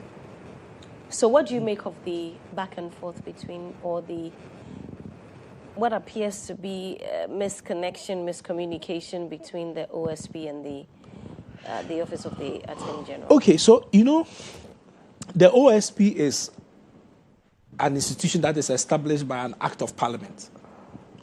And clearly, its prosecutorial powers is derived from the prosecutorial powers given to the Attorney General. So it's like the AG has taken a part of his power, maybe like 1% of his prosecutorial powers, and given to the Special Prosecutor by creating a new entity which will investigate corruption and corruption-related offenses. But whereas the Special Prosecutor Office was created to be independent because of the mandate that it was given, per our 1992 Constitution, it still derives its prosecutorial powers from the AG. So in terms of things like this indictment and all those kind of things, you must go to the High Court for the High Court process to be initiated before you get that court order that the Attorney General can now use to get an extradition executed. So the question now is whether the OSP on his own is capable of going to court to do that, or the OSP must submit to the Attorney General for the Attorney General to do that on its behalf. I think that's the question. I don't know whether if we look in the Act, the Special Prosecutor Act, I don't know if they have that powers, because they have, the Act gives them powers of the police to arrest, it gives them all those things to plea bargain, they give them power to do so many things, but I don't know about extradition, whether they are given that power. I haven't seen it in their Act. So it would appear that the Special Prosecutor is not ready in any way to be seen as if he is submitting to the Attorney General because he is independent. But in this space, which is this extradition space, it is the Attorney General who perhaps has the power to go to the court. We don't know whether, just like the Special Prosecutor can file a case at the court without recourse to the Attorney General, maybe the Special Prosecutor should also be given the power to go and initiate that process to be able to get an extradition, so that we'll solve this problem. Well, because but the Special Prosecutor in his statement said that, they had begun the process. It is not so easy to go through that route, because, and he listed the processes, first declaring him a wanted fugitive, and then being able to successfully get him on the Interpol red alert list. So he enumerated the things that the office has done in the process of getting him extradited. So it appears that, but he also does say that there's been a lot of court processes and injunctions placed on the work that he's doing in the same process of trying to get Ken Ofori-Atta into this country.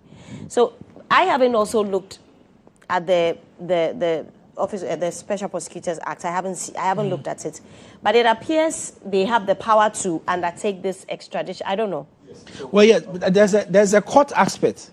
There's the last time I witnessed something of that sort. This one, it was a guy who had committed a crime, I think, in Canada, and had run to come to Cape Coast, and he was arrested here, and so they were processed to extradite, and they had to come to court. The Attorney General then, I recall, came to court, and then they did all the processes. It was before a High Court judge. They did all the processes, and then the High Court now gave the order for the extradition process to be done. It's an international agreement between two countries and two states. And so there are other implications. So I don't know whether the the special prosecutor can, on his own as special prosecutor, execute that whole process and get it completed, or you need the substantive Attorney General in office to support the effort to get it done. It's something that we need to get clarification on. Yeah. I will have an answer to that. So the special prosecutor has written to the chief of staff. Okay. The special prosecutor got to a point where it needed the state's intervention because extraditions are undertaken state to state, government to government, not state to an investigative body or an agency. So the special prosecutor has written to the chief of staff. Now, as the chief of staff attended to that particular request for assistance for Ken Ofori-Atta to be brought back to Ghana, the legal brains at the presidency advised that no, this ought to go to the AG. Exactly. Because the principal legal advisor of the government is the AG. So then, the request from the OSP was then forwarded to the Attorney General. Then Attorney General writes back to the OSP that I would need a docket. Because as related to, a number of alleged scammers recently were sent back to the US. Mm-hmm. It went through the Interior Ministry. The minister went to court, right? They went to court. And then a High Court judge would then give permission for them to be sent away. So, like I said, this to reinforce the fact that we are talking about government to government intervention in that regard. Mm-hmm. So, it is after the Attorney General's office wrote to the OSP says, okay, we have discovered additional matters. So the docket, properly so called, because what is a docket? A docket is something that you take to court for prosecution, right? As we speak, the docket is fully not ready. But from what I gather, if the request is an investigative report, then we have that. Take note of the difference. Investigative report and a docket. A docket means you are done. You've crossed the T's and dotted the I's. If Ken Ofori-Atta is here today, we are taking him to court. The AG says, then hand me over that one. I can use that to trigger the process for the extradition of Ken Ofori-Atta. Then, like I said, the response from the OSP is that, no, for a full docket, it's not ready. So I think, and per the statement the OSP issued, so there's no cause for alarm. Right, because they said they'll send the dockets by the end of the week. Exactly.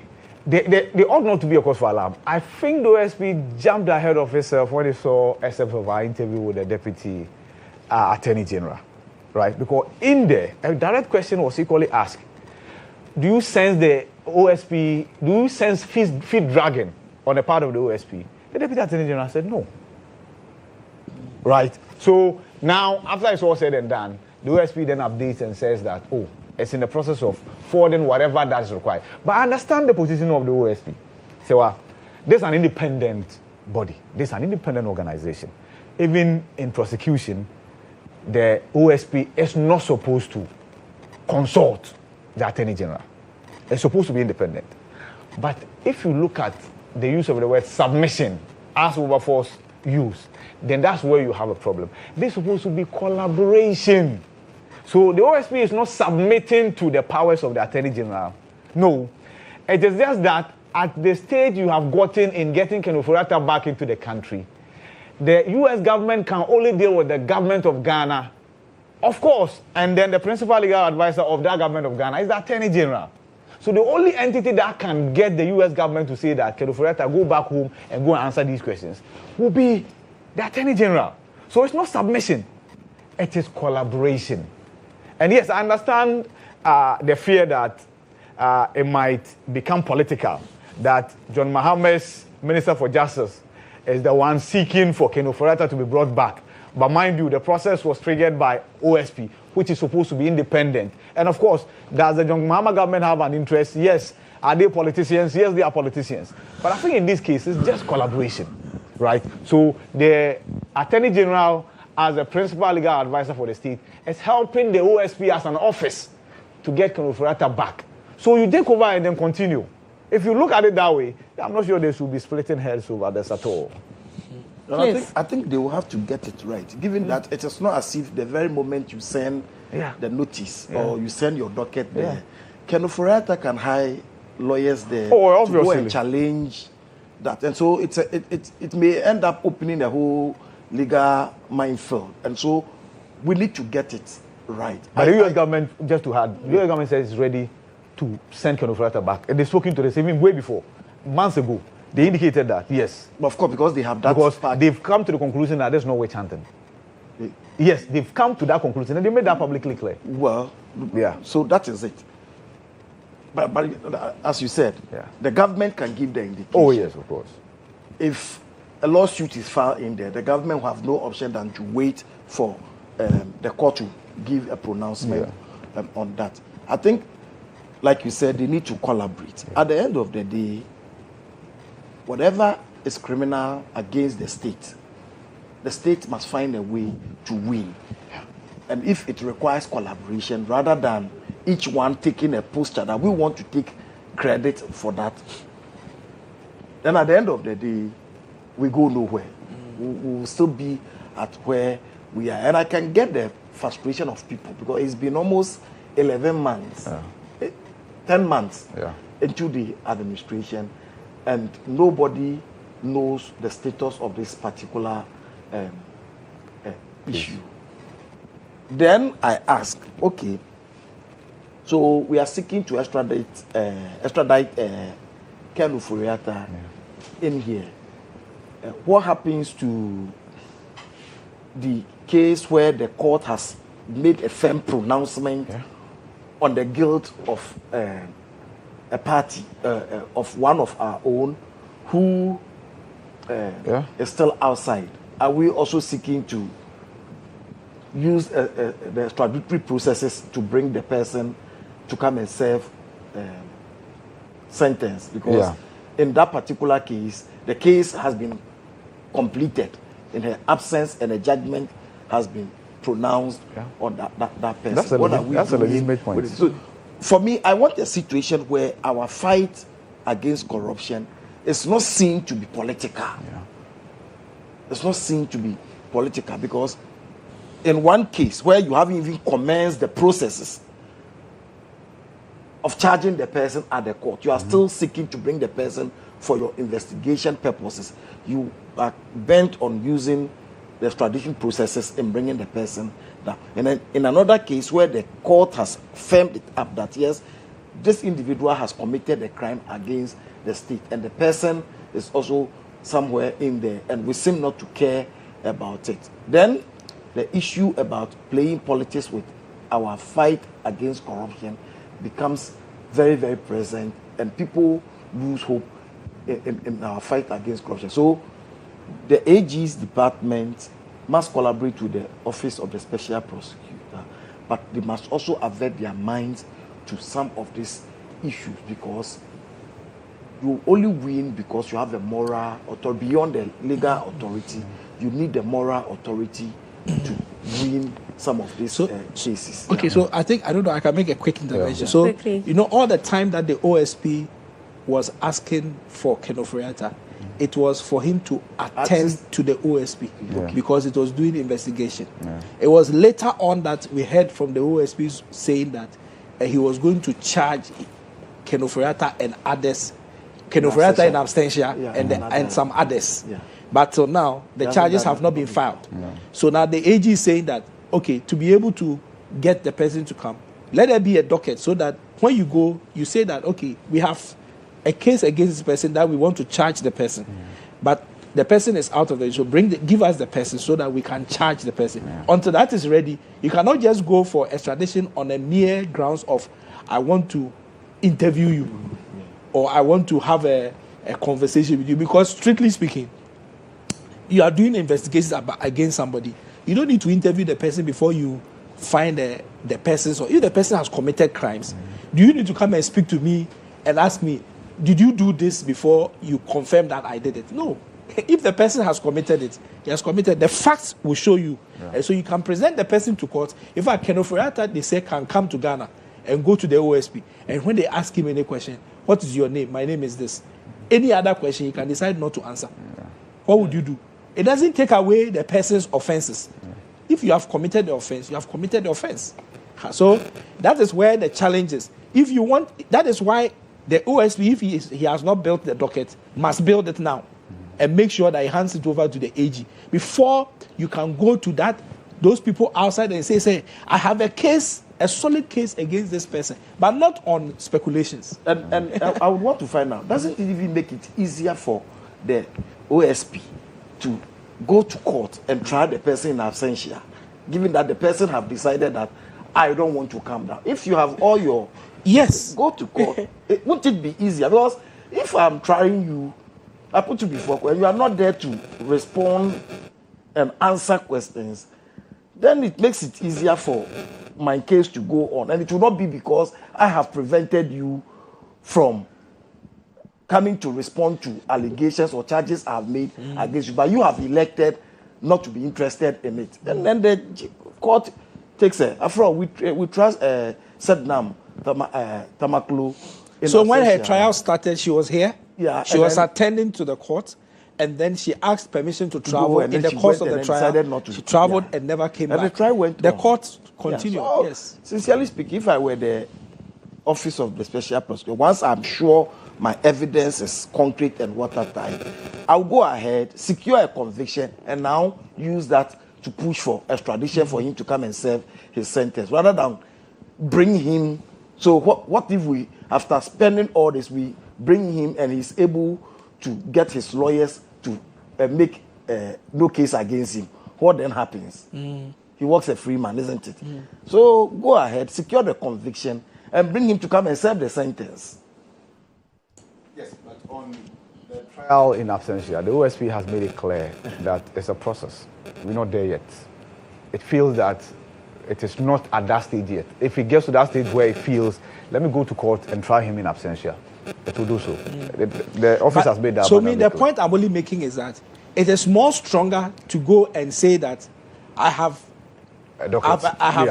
investigated this person and I have charges to prefer against the person than to say that I am doing an investigation. I just want to talk to this person. They will say, I'll set up a video call and speak to him. Yes, I get that. I get that. All right. Because of time, I think we're going to have to end here. Yeah. But I don't know, there's in response to the AG, there's a statement from... okay.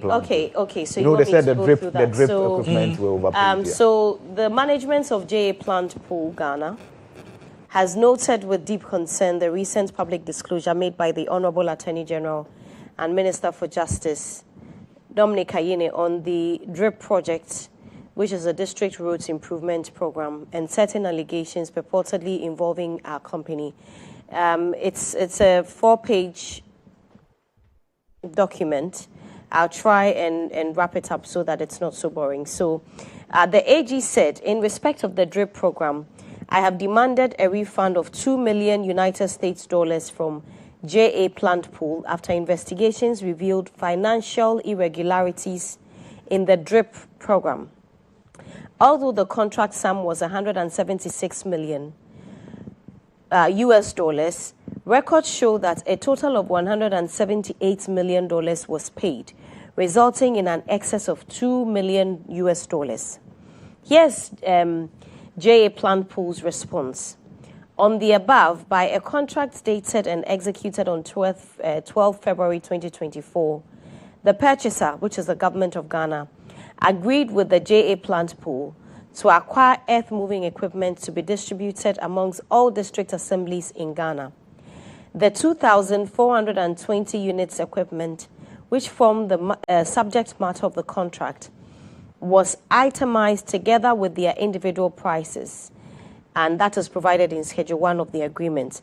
The total contract price was $178 million, so up approximately $179 million, which is consistent with Clause 3.1 of the contract, which expressly provides that this amount represents the full contract price for the supply of the equipment by the supplier. The PPA's approval document stated the amount of $178 million US, which was consistent with the same amount. It is therefore factually incorrect to assert that the contract sum was $176 million. The official contract amount duly executed by all parties remains $178 million US. And it goes on and on. A few of the other statements. It also responds to a statement by the AG that investigations uncovered tax evasion totaling 38 million Ghana cedis after 190 pieces of equipment were imported. It's a lot. We're going to try and break it down on our social media pages so that you get a proper understanding. I'll share it with you. I'll do so. But yes, thank you very much, gentlemen. I'm very grateful. Ibrahim Al-Hassan, Wilberforce Asari, and Cliff Ikuful. I'll see you, God willing, next week. Stay with me. There's more after the break.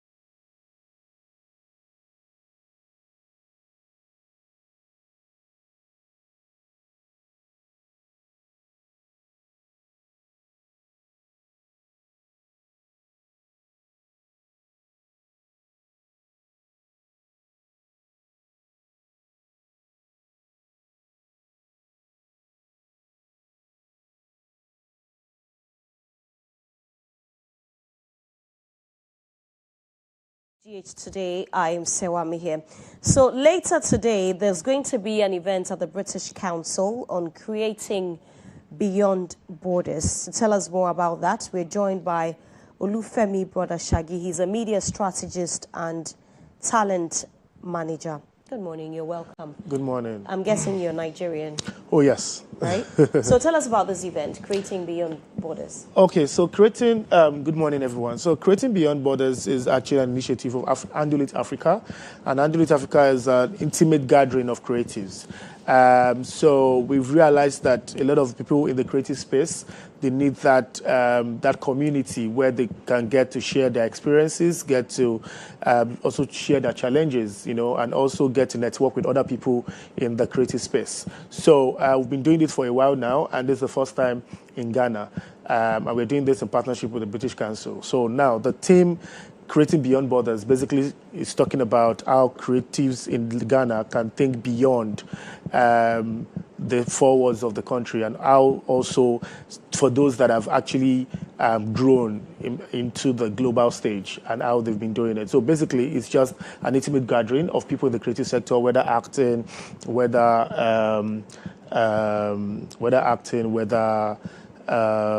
fashion, music, and whatnot. Okay, but why did you choose Ghana, though? Why did I choose what? Ghana. Ghana. We started in Nigeria anyways, and we thought that, the name is Andulate Africa, so we thought that it's good to also expand to other African countries, and then we thought to start with Ghana, which is our neighbor. Yeah. But do you think that African creators, now that you're in Ghana, I'm sure that you've studied the Ghanaian creative landscape, do you think that we're taking advantage of the access enough to collaborate more? Do you think so? Oh, yes. I think that the creative sector here is actually evolving, right? And I see a lot of Ghanaians also doing amazing stuff out there, also on the global stage. So, yes, I would say that you guys are open for collaboration. Even while in Nigeria, I see a couple of creatives come over, and also traveling across the globe. I have met a couple of Ghanaian photographers, even fashion icons and all of them in London, in New York and all of that. So I would say that yes, the industry is booming here, and you guys are open to collaborating. But Nigerians are able to, a few of them actually are able to come here, do stuff. I don't find a lot of Ghanaians able to go there and do as much as the Nigerians are able to do. You say we're open for collaboration. Are you open for collaboration? Absolutely. To be honest with you, some of the creators that I know in Ghana, I actually met them not even in Lagos, I met them abroad. So I would say that we are open to collaborating with Ghanaians. I don't think there's any issue. As long as you've got value and then there's a reason for us to collaborate, why not? What would you say is the best way to connect all of us, do this collaboration thing very well? So I think that is first off is value, and second off is authenticity. As long as we have something in common, and then we understand that in as much as we're trying to go global, we're first off Africans, right? And then we are localizing our content even as we go global. So I think that it's just finding that authenticity and finding value, and also how we can collaborate, because for collaboration it has to be both ways. So yeah. In terms of the same collaboration, you said sometimes it can be a little complex, forming partnerships both within the African continent and even outside. You appear to be very well versed in it. How best do you think they should go about it? I think that first of all, if you need to collaborate, you need to have what makes you different, right? And you need to also be aware that people will not just find you except you put yourself out there. Okay. So thank God for the social media now. Everybody, you can go online now to see what people are doing. A lot of bloggers that I know in Ghana, I met them online. Photographers, fashion, actors, and all of that. So I would say that first off, put what you're doing outside there, and then also do not confine yourself to your space. Ensure that you attend events like this Andulate Africa and other creative events where you can get to meet people in your space. So I feel like putting yourself out there and also showing value, and much more than you're good, you also need to have character. That's a lot of things that creatives also need to learn. So if I'm going to be working with anybody in the creative space anywhere in the world, whether Africa or other continent, the first thing I will look out for is what am I getting from you, and how do we work together, and much more, how do you deliver on your work. So I would say that essentially you just need to deliver on the job and be open to fresh ideas. I mean, don't be stuck in your own ways. So today's conference, or it's not a conference. It's a gathering. It's a gathering. It's yes. a gathering. What are people likely to benefit? What will be the focal points? What would you be talking about? Basically, it's going to be more intimate and more relaxed, unlike the usual conference, and that's why it's more of an intimate gathering, right? Where you share your thoughts, you share your ideas, and you also learn from people who have gone ahead of you. So I think that the major thing people are going to learn today is more of how they can expand their work, right, on the global stage, and while they're still retaining the originality. And also you get to network with other people in your space. And I've come to realize that a lot of creatives are being invited to speak now on conference, big stages and all of that, but they do not have that community. So another thing this event is going to do for you is to help you build a community, help you build a good network. Right. Yes. Starting at what time? 3 p.m. Who are the people you're expecting? So there is Amihere Deborah, is a blogger, and Twins Don't Beg, the photographers, they're part of it too. And there are a couple of names that I don't want to mispronounce. I understand. But other people in the creative space, from the textile to even AI and film and all of that. We have somebody from the Film Authority too that's going to be a part of it. I mean, a couple of people. Is it free to attend? Absolutely, but it's strictly by invitation anyways. But I mean, you can reach out to us on Instagram, Handle It Africa. That's the Handle It Africa. So we're going to teach you how to Handle It Africa. Yeah. Okay. And you get an invitation to attend. It's happening today at 3 o'clock at the British Council. Okay. Thank you very much. Thank you. For coming on the show, and I wish you the very best. You said you're a talent manager. Yes, talent manager. Who do you manage? I manage talents like Lai Wasabi, Brother Shaggy.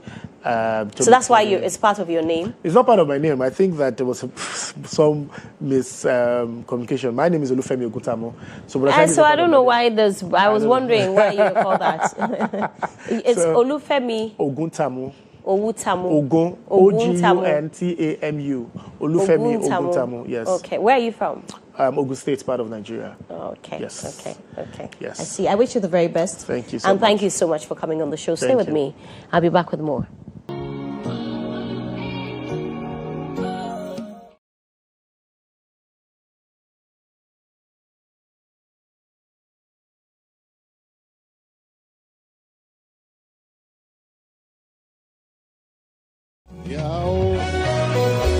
Them a move like a creeper, them a grim reaper. What I want, God, my God, is not a sleeper. Breathe is deeper, them are not the realer. We should have been together like Paul and Peter. Them just to be Peter. Eh. Obviously, them knows they make carry fire upon my head. And light in my eye. I'm a torture, oh yes. Oil in my head and fire in my eyes, I'm a torture. Fireman I burn every day of my life, I'm a torture. In a million ways them flee when them back up in a torture. I can them a get tortured. I'm a torture. Oil on my head and fire in my eyes, I'm a torture. Oh yes. A fireman I burn every day of my life, I'm a torture. Oh yeah. In a million ways them flee when them back up in a torture. Oh, can them a get tortured. My thoughts just make them feel like a torture. If me no shit them none yam them a vulture. I can be snow them you like a lecture. Crack up them skull bust it up in a decent car. My father, because I'm in the enemy them turn further. Them gather around to try to put up my flame. But poverty and death I can find them. Me one day. Obviously them knows they make carry fire upon my head. Hey, and light in my eye. I'm a torture, oh yes. Oil on my head and fire in my eyes, I'm a torture. Boy, a fireman I burn every day of my life, I'm a torture. Boy, in a million ways them flee when them back up in a torture. Boy, cause them a get torture. I'm a torture. Oh yeah, yeah, yeah, yeah. While I'm a head on fire in my eyes, I'm a torture. A fireman I burn every day of my life, I'm a torture. Boy, in a million ways them flee when them back up in a torture.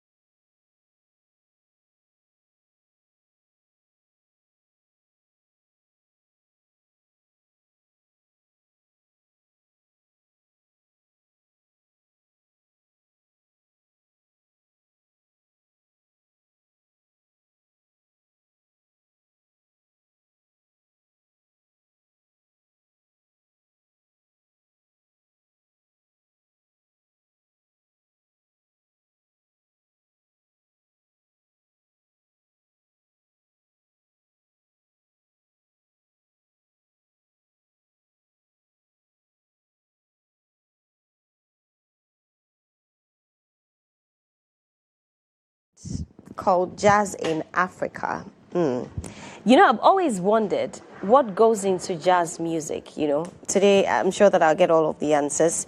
And I'm joined in the studio by Tom Braxton. He's a jazz artist. You're welcome. Dudu Mashona. Makoba, forgive me. That's you, right? Yes. Dudu Makoba. You're South African? Yes. She's also a jazz artist, and Steve Betty is also a jazz artist. You're welcome. So I'm going to start with you, Makoba. I like your name. What goes into jazz music? Funny enough, because we were talking about the same thing last night. You were? Yes. Yeah. So it's I guess for me it's the form in which it's made, the melody, the improvisation, the following the form. So it can be a voice, it can be different instruments, indigenous or Western instruments. So a lot goes in the jazz music, yeah. Okay, Steve, I mean, you don't find a lot of, I may be wrong. Well, in fact, I think that I'm wrong. I was going to say you don't find a lot of Ghanaians, you know, really listening to jazz. Am I correct? Ghanaians do listen to They jazz. do, right? Yeah. Because even I do. Some level, not the very, very deep ones. Right. But what got you attracted to jazz music? I think it all started with the instrument for me, actually, because I was younger and playing trombone. And then I saw somebody play sax on TV, and then that's it. The shape, the sound fascinated me, and my voice started, yes. Okay. So that brought me into jazz. You know, sometimes and please forgive my ignorance, okay? I listen to jazz and I really can't find the particular rhythm, you know, for some time. Yeah. So it's just a lot of instruments and it goes high, it goes slow. How are you able to piece all of it together? That's to you. Well, there's a form to it, and I like to challenge people to listen to it, pick out the melodies, find out how the piece starts, and then there is usually always an element of improvisation, which you talked about. That's the part that's the spontaneous creativity. But even that is in the context of the form of the piece. So if you, and I like to do this with people, I'll say, okay, listen, here's an A section, here's a B section, here's an improv section, and we go back to an A section. So it may appear on the surface that it's like just everybody's just playing at the same time, but there is, unless it's avant-garde, there's usually a form to it. Yeah. I see. Anyway, let's come back to the topic. What is Jazz in Africa all about? I'll start with you, Steve. Okay, Jazz in Africa is a celebration of African jazz. And also throwing light on musicians or talents that are great but haven't been discovered, and also bringing all who do jazz music, and bringing all of that onto a global stage, celebrating music, celebrating unity, and bringing everything back to light. So that's what Jazz in Africa it's about. So it's not jazz in Africa, but like jazz in Africa. We jazz in Africa. Jazz in Africa, that's not right. Jazz in Africa. Yes. Oh, forgive me. That's right. I'm learning. You're getting it. You're getting it. So please forgive me. But so all of you do. Oh, okay, not jazz in Africa. What kind of jazz do you do? What types are there, first of all? There are a lot of jazz, genres. We do have smooth jazz, we have Latino jazz, we have South African So jazz. how are you going to demonstrate it now? On stage? Yeah, here. Here? Yeah. Oh my God. Oh, that's tricky. Because you need to be there. I need to be there. Yeah. Be there. So you do. There's what, South African jazz. Yeah. So you would do South African jazz, or you do South African jazz. Yeah. What about you? They consider my genre like smooth jazz or contemporary jazz. Yes. What do you do? Contemporary African jazz. What's the difference? Okay. It has the African inside. Exactly. The African and touch not losing, inside. and not losing the roots. Yeah. Not losing the Ghanaian roots. Right. Because I'm Ghanaian, so I would have to make sure that those elements are there. And mind you, it's not just the three of us. We actually have Albino Amihere, who's from Mozambique. He's also here. Just that The stage wouldn't permit all of us to be on stage, right now, but he's bringing the Shangana vibe from Mozambique.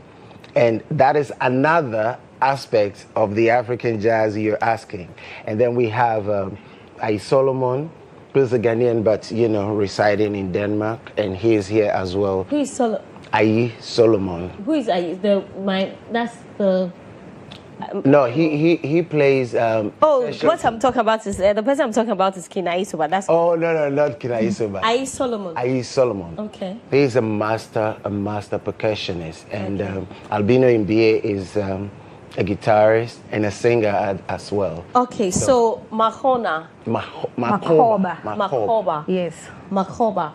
What do you play? What do you play? I'm a singer. You are a singer. Yeah. So then you can sing. Definitely, yeah. Okay, so she got you. Like now? She got you. She brought her instrument. She got you. I brought the instrument. You are a walking instrument. Yes. So, okay, I'll do one of my songs. Vuma ngenhliziyo ngevuma. Vuma ngenhliziyo ngevuma. Indlela yokwazi ngaphandle kwakho. Indlela yokwenza ngaphandle kwakho. Ayikho enye. Nhliziyo vuma. Beautiful. What does it mean? So this is a tribute. I'm just saying my heart agree, but literally a heart is God. Okay. Like I've been doing this. It's time for you to push. Right. Yeah, because I've put in my all. Right. Now it's your turn. Right. Yeah. Right. What language is that? Zulu. Zulu. Yeah. Okay. I see. What about Tom?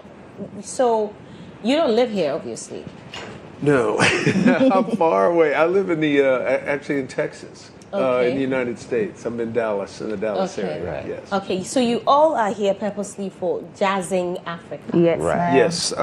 Steve and I met many years ago when I was here with Earl Clue. Yeah. I was here doing a performance, and we just struck up a friendship.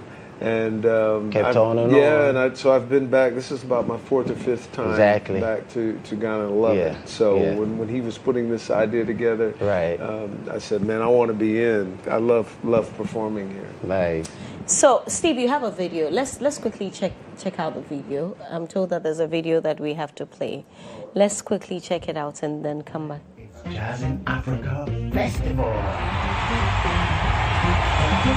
This October 25th, Jazzing Africa Festival takes center stage at the Movenpick Ambassador Hotel, Accra. World-class performances by Steve Betty from Ghana, Tom Braxton, USA, Ai Solomon, Denmark, Dudu Makoba, South Africa, and Albino Mbie, Mozambique. Get your tickets online at Aya Tickets or simply dial *365.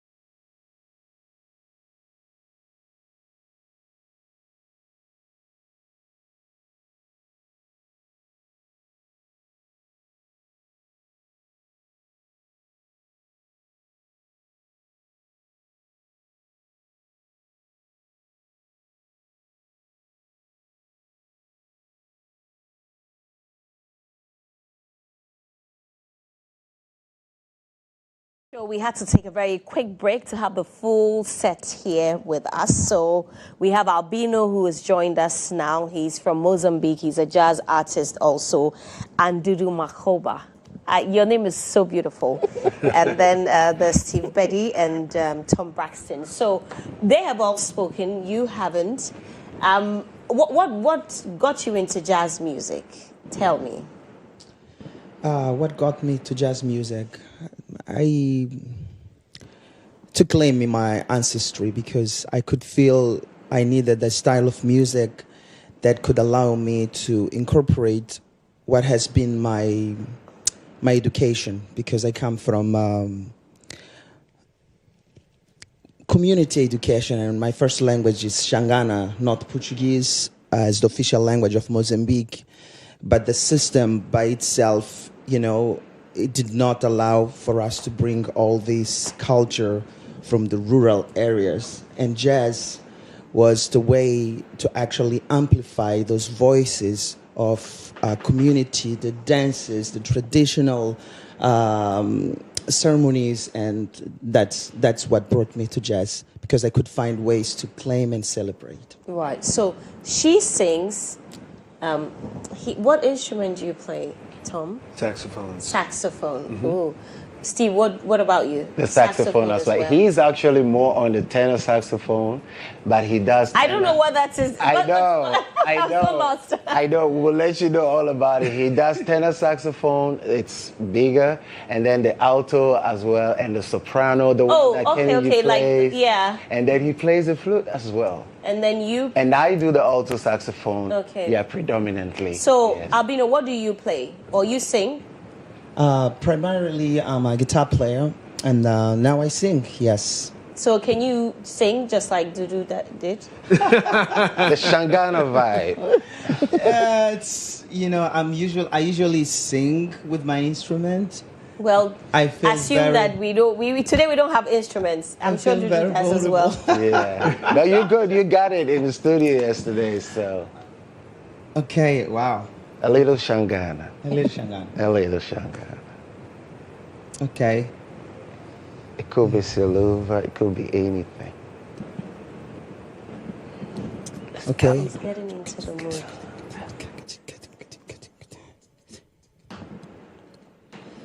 I was born in between rivers of Zambezi and Nile,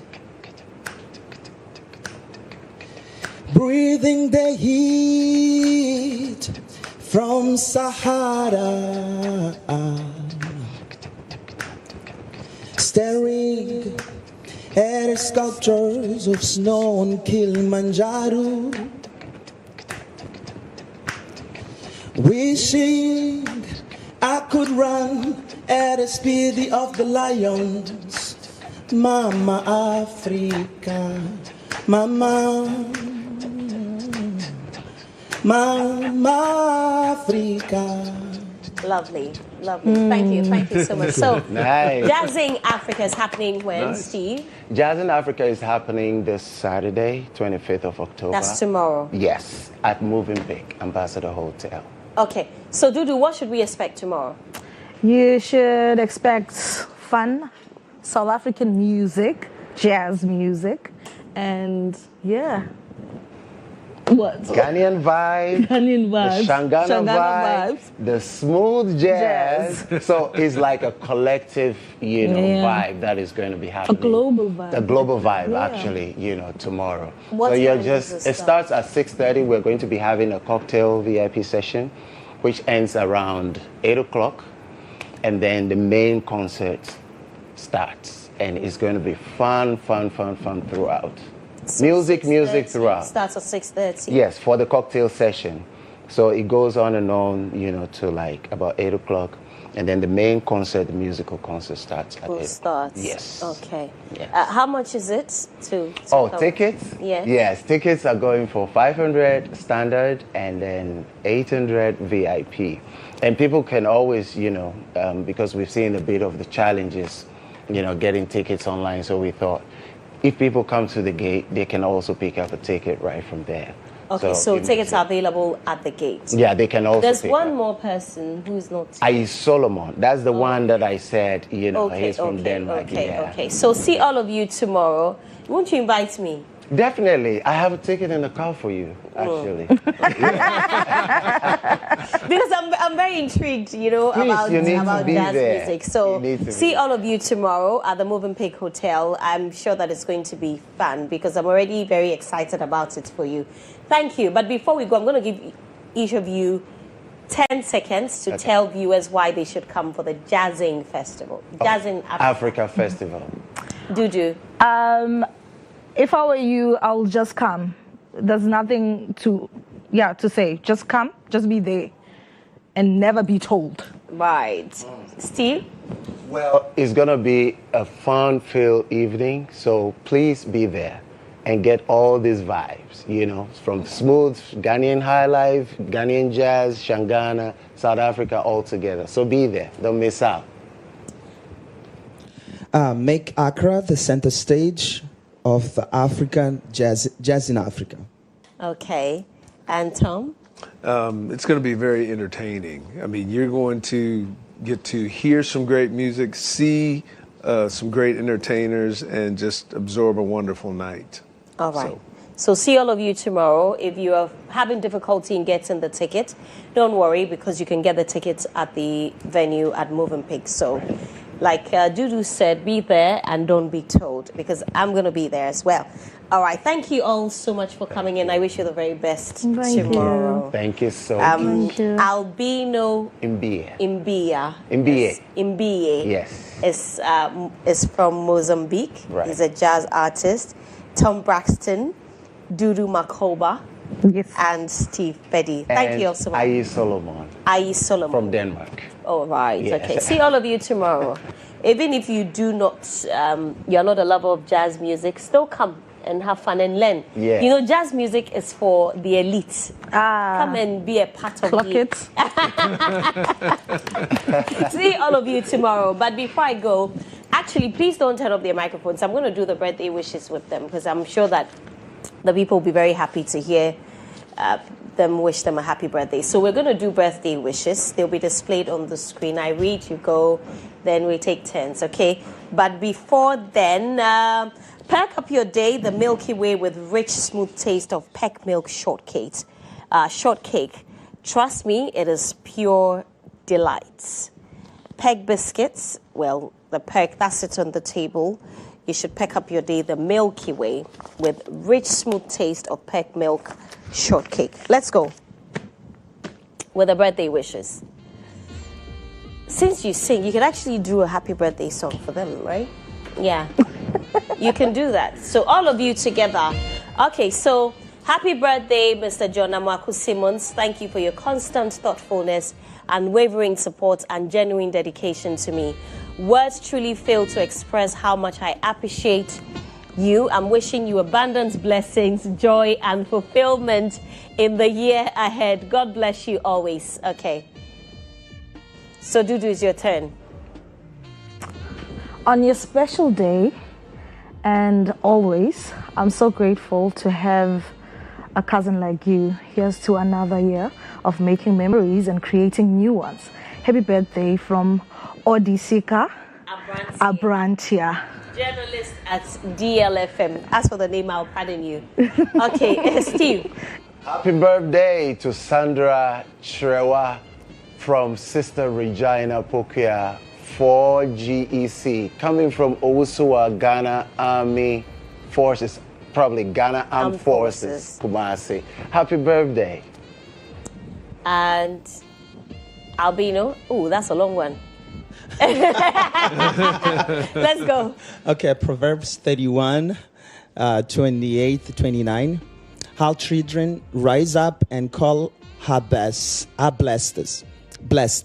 Her husband also, and he praises her. Men and women have done excellently, but you surpass them all. Obatapa, Lydia, happy golden jubilee. We, your children, say, Ayeko, happy blessed 50th birthday to you. Onaya Kaponi, We love you so much from your children, Melissa, Wendy, Helen, and Shayla. Is there one more, please? That's actually a good one. Okay, so Steve, sorry, Tom. Okay, so if I mess up the names, I'm from Texas. So all right, so, oh, good. Happy birthday to you, Jason. You're incredibly talented, bold, and highly favored. As you turn a year older today, it is my wish that you achieve more in your life than you've done so far. Keep being you, and remember that from afar, you inspire many of us. So is that... Nurain, GH1 TV. Thank you all so much. I think you all deserve a round of applause. Thank you. Okay, there's one more. There's one more. Happy birthday, Victor. Wishing you a successful year ahead. Amen to all your prayers. May God bless your new age with grace from your man, Kweku Zurich. Okay, this is a lot. I'll just do it quickly. Happy birthday, my love. Every moment with you feels like a beautiful dream.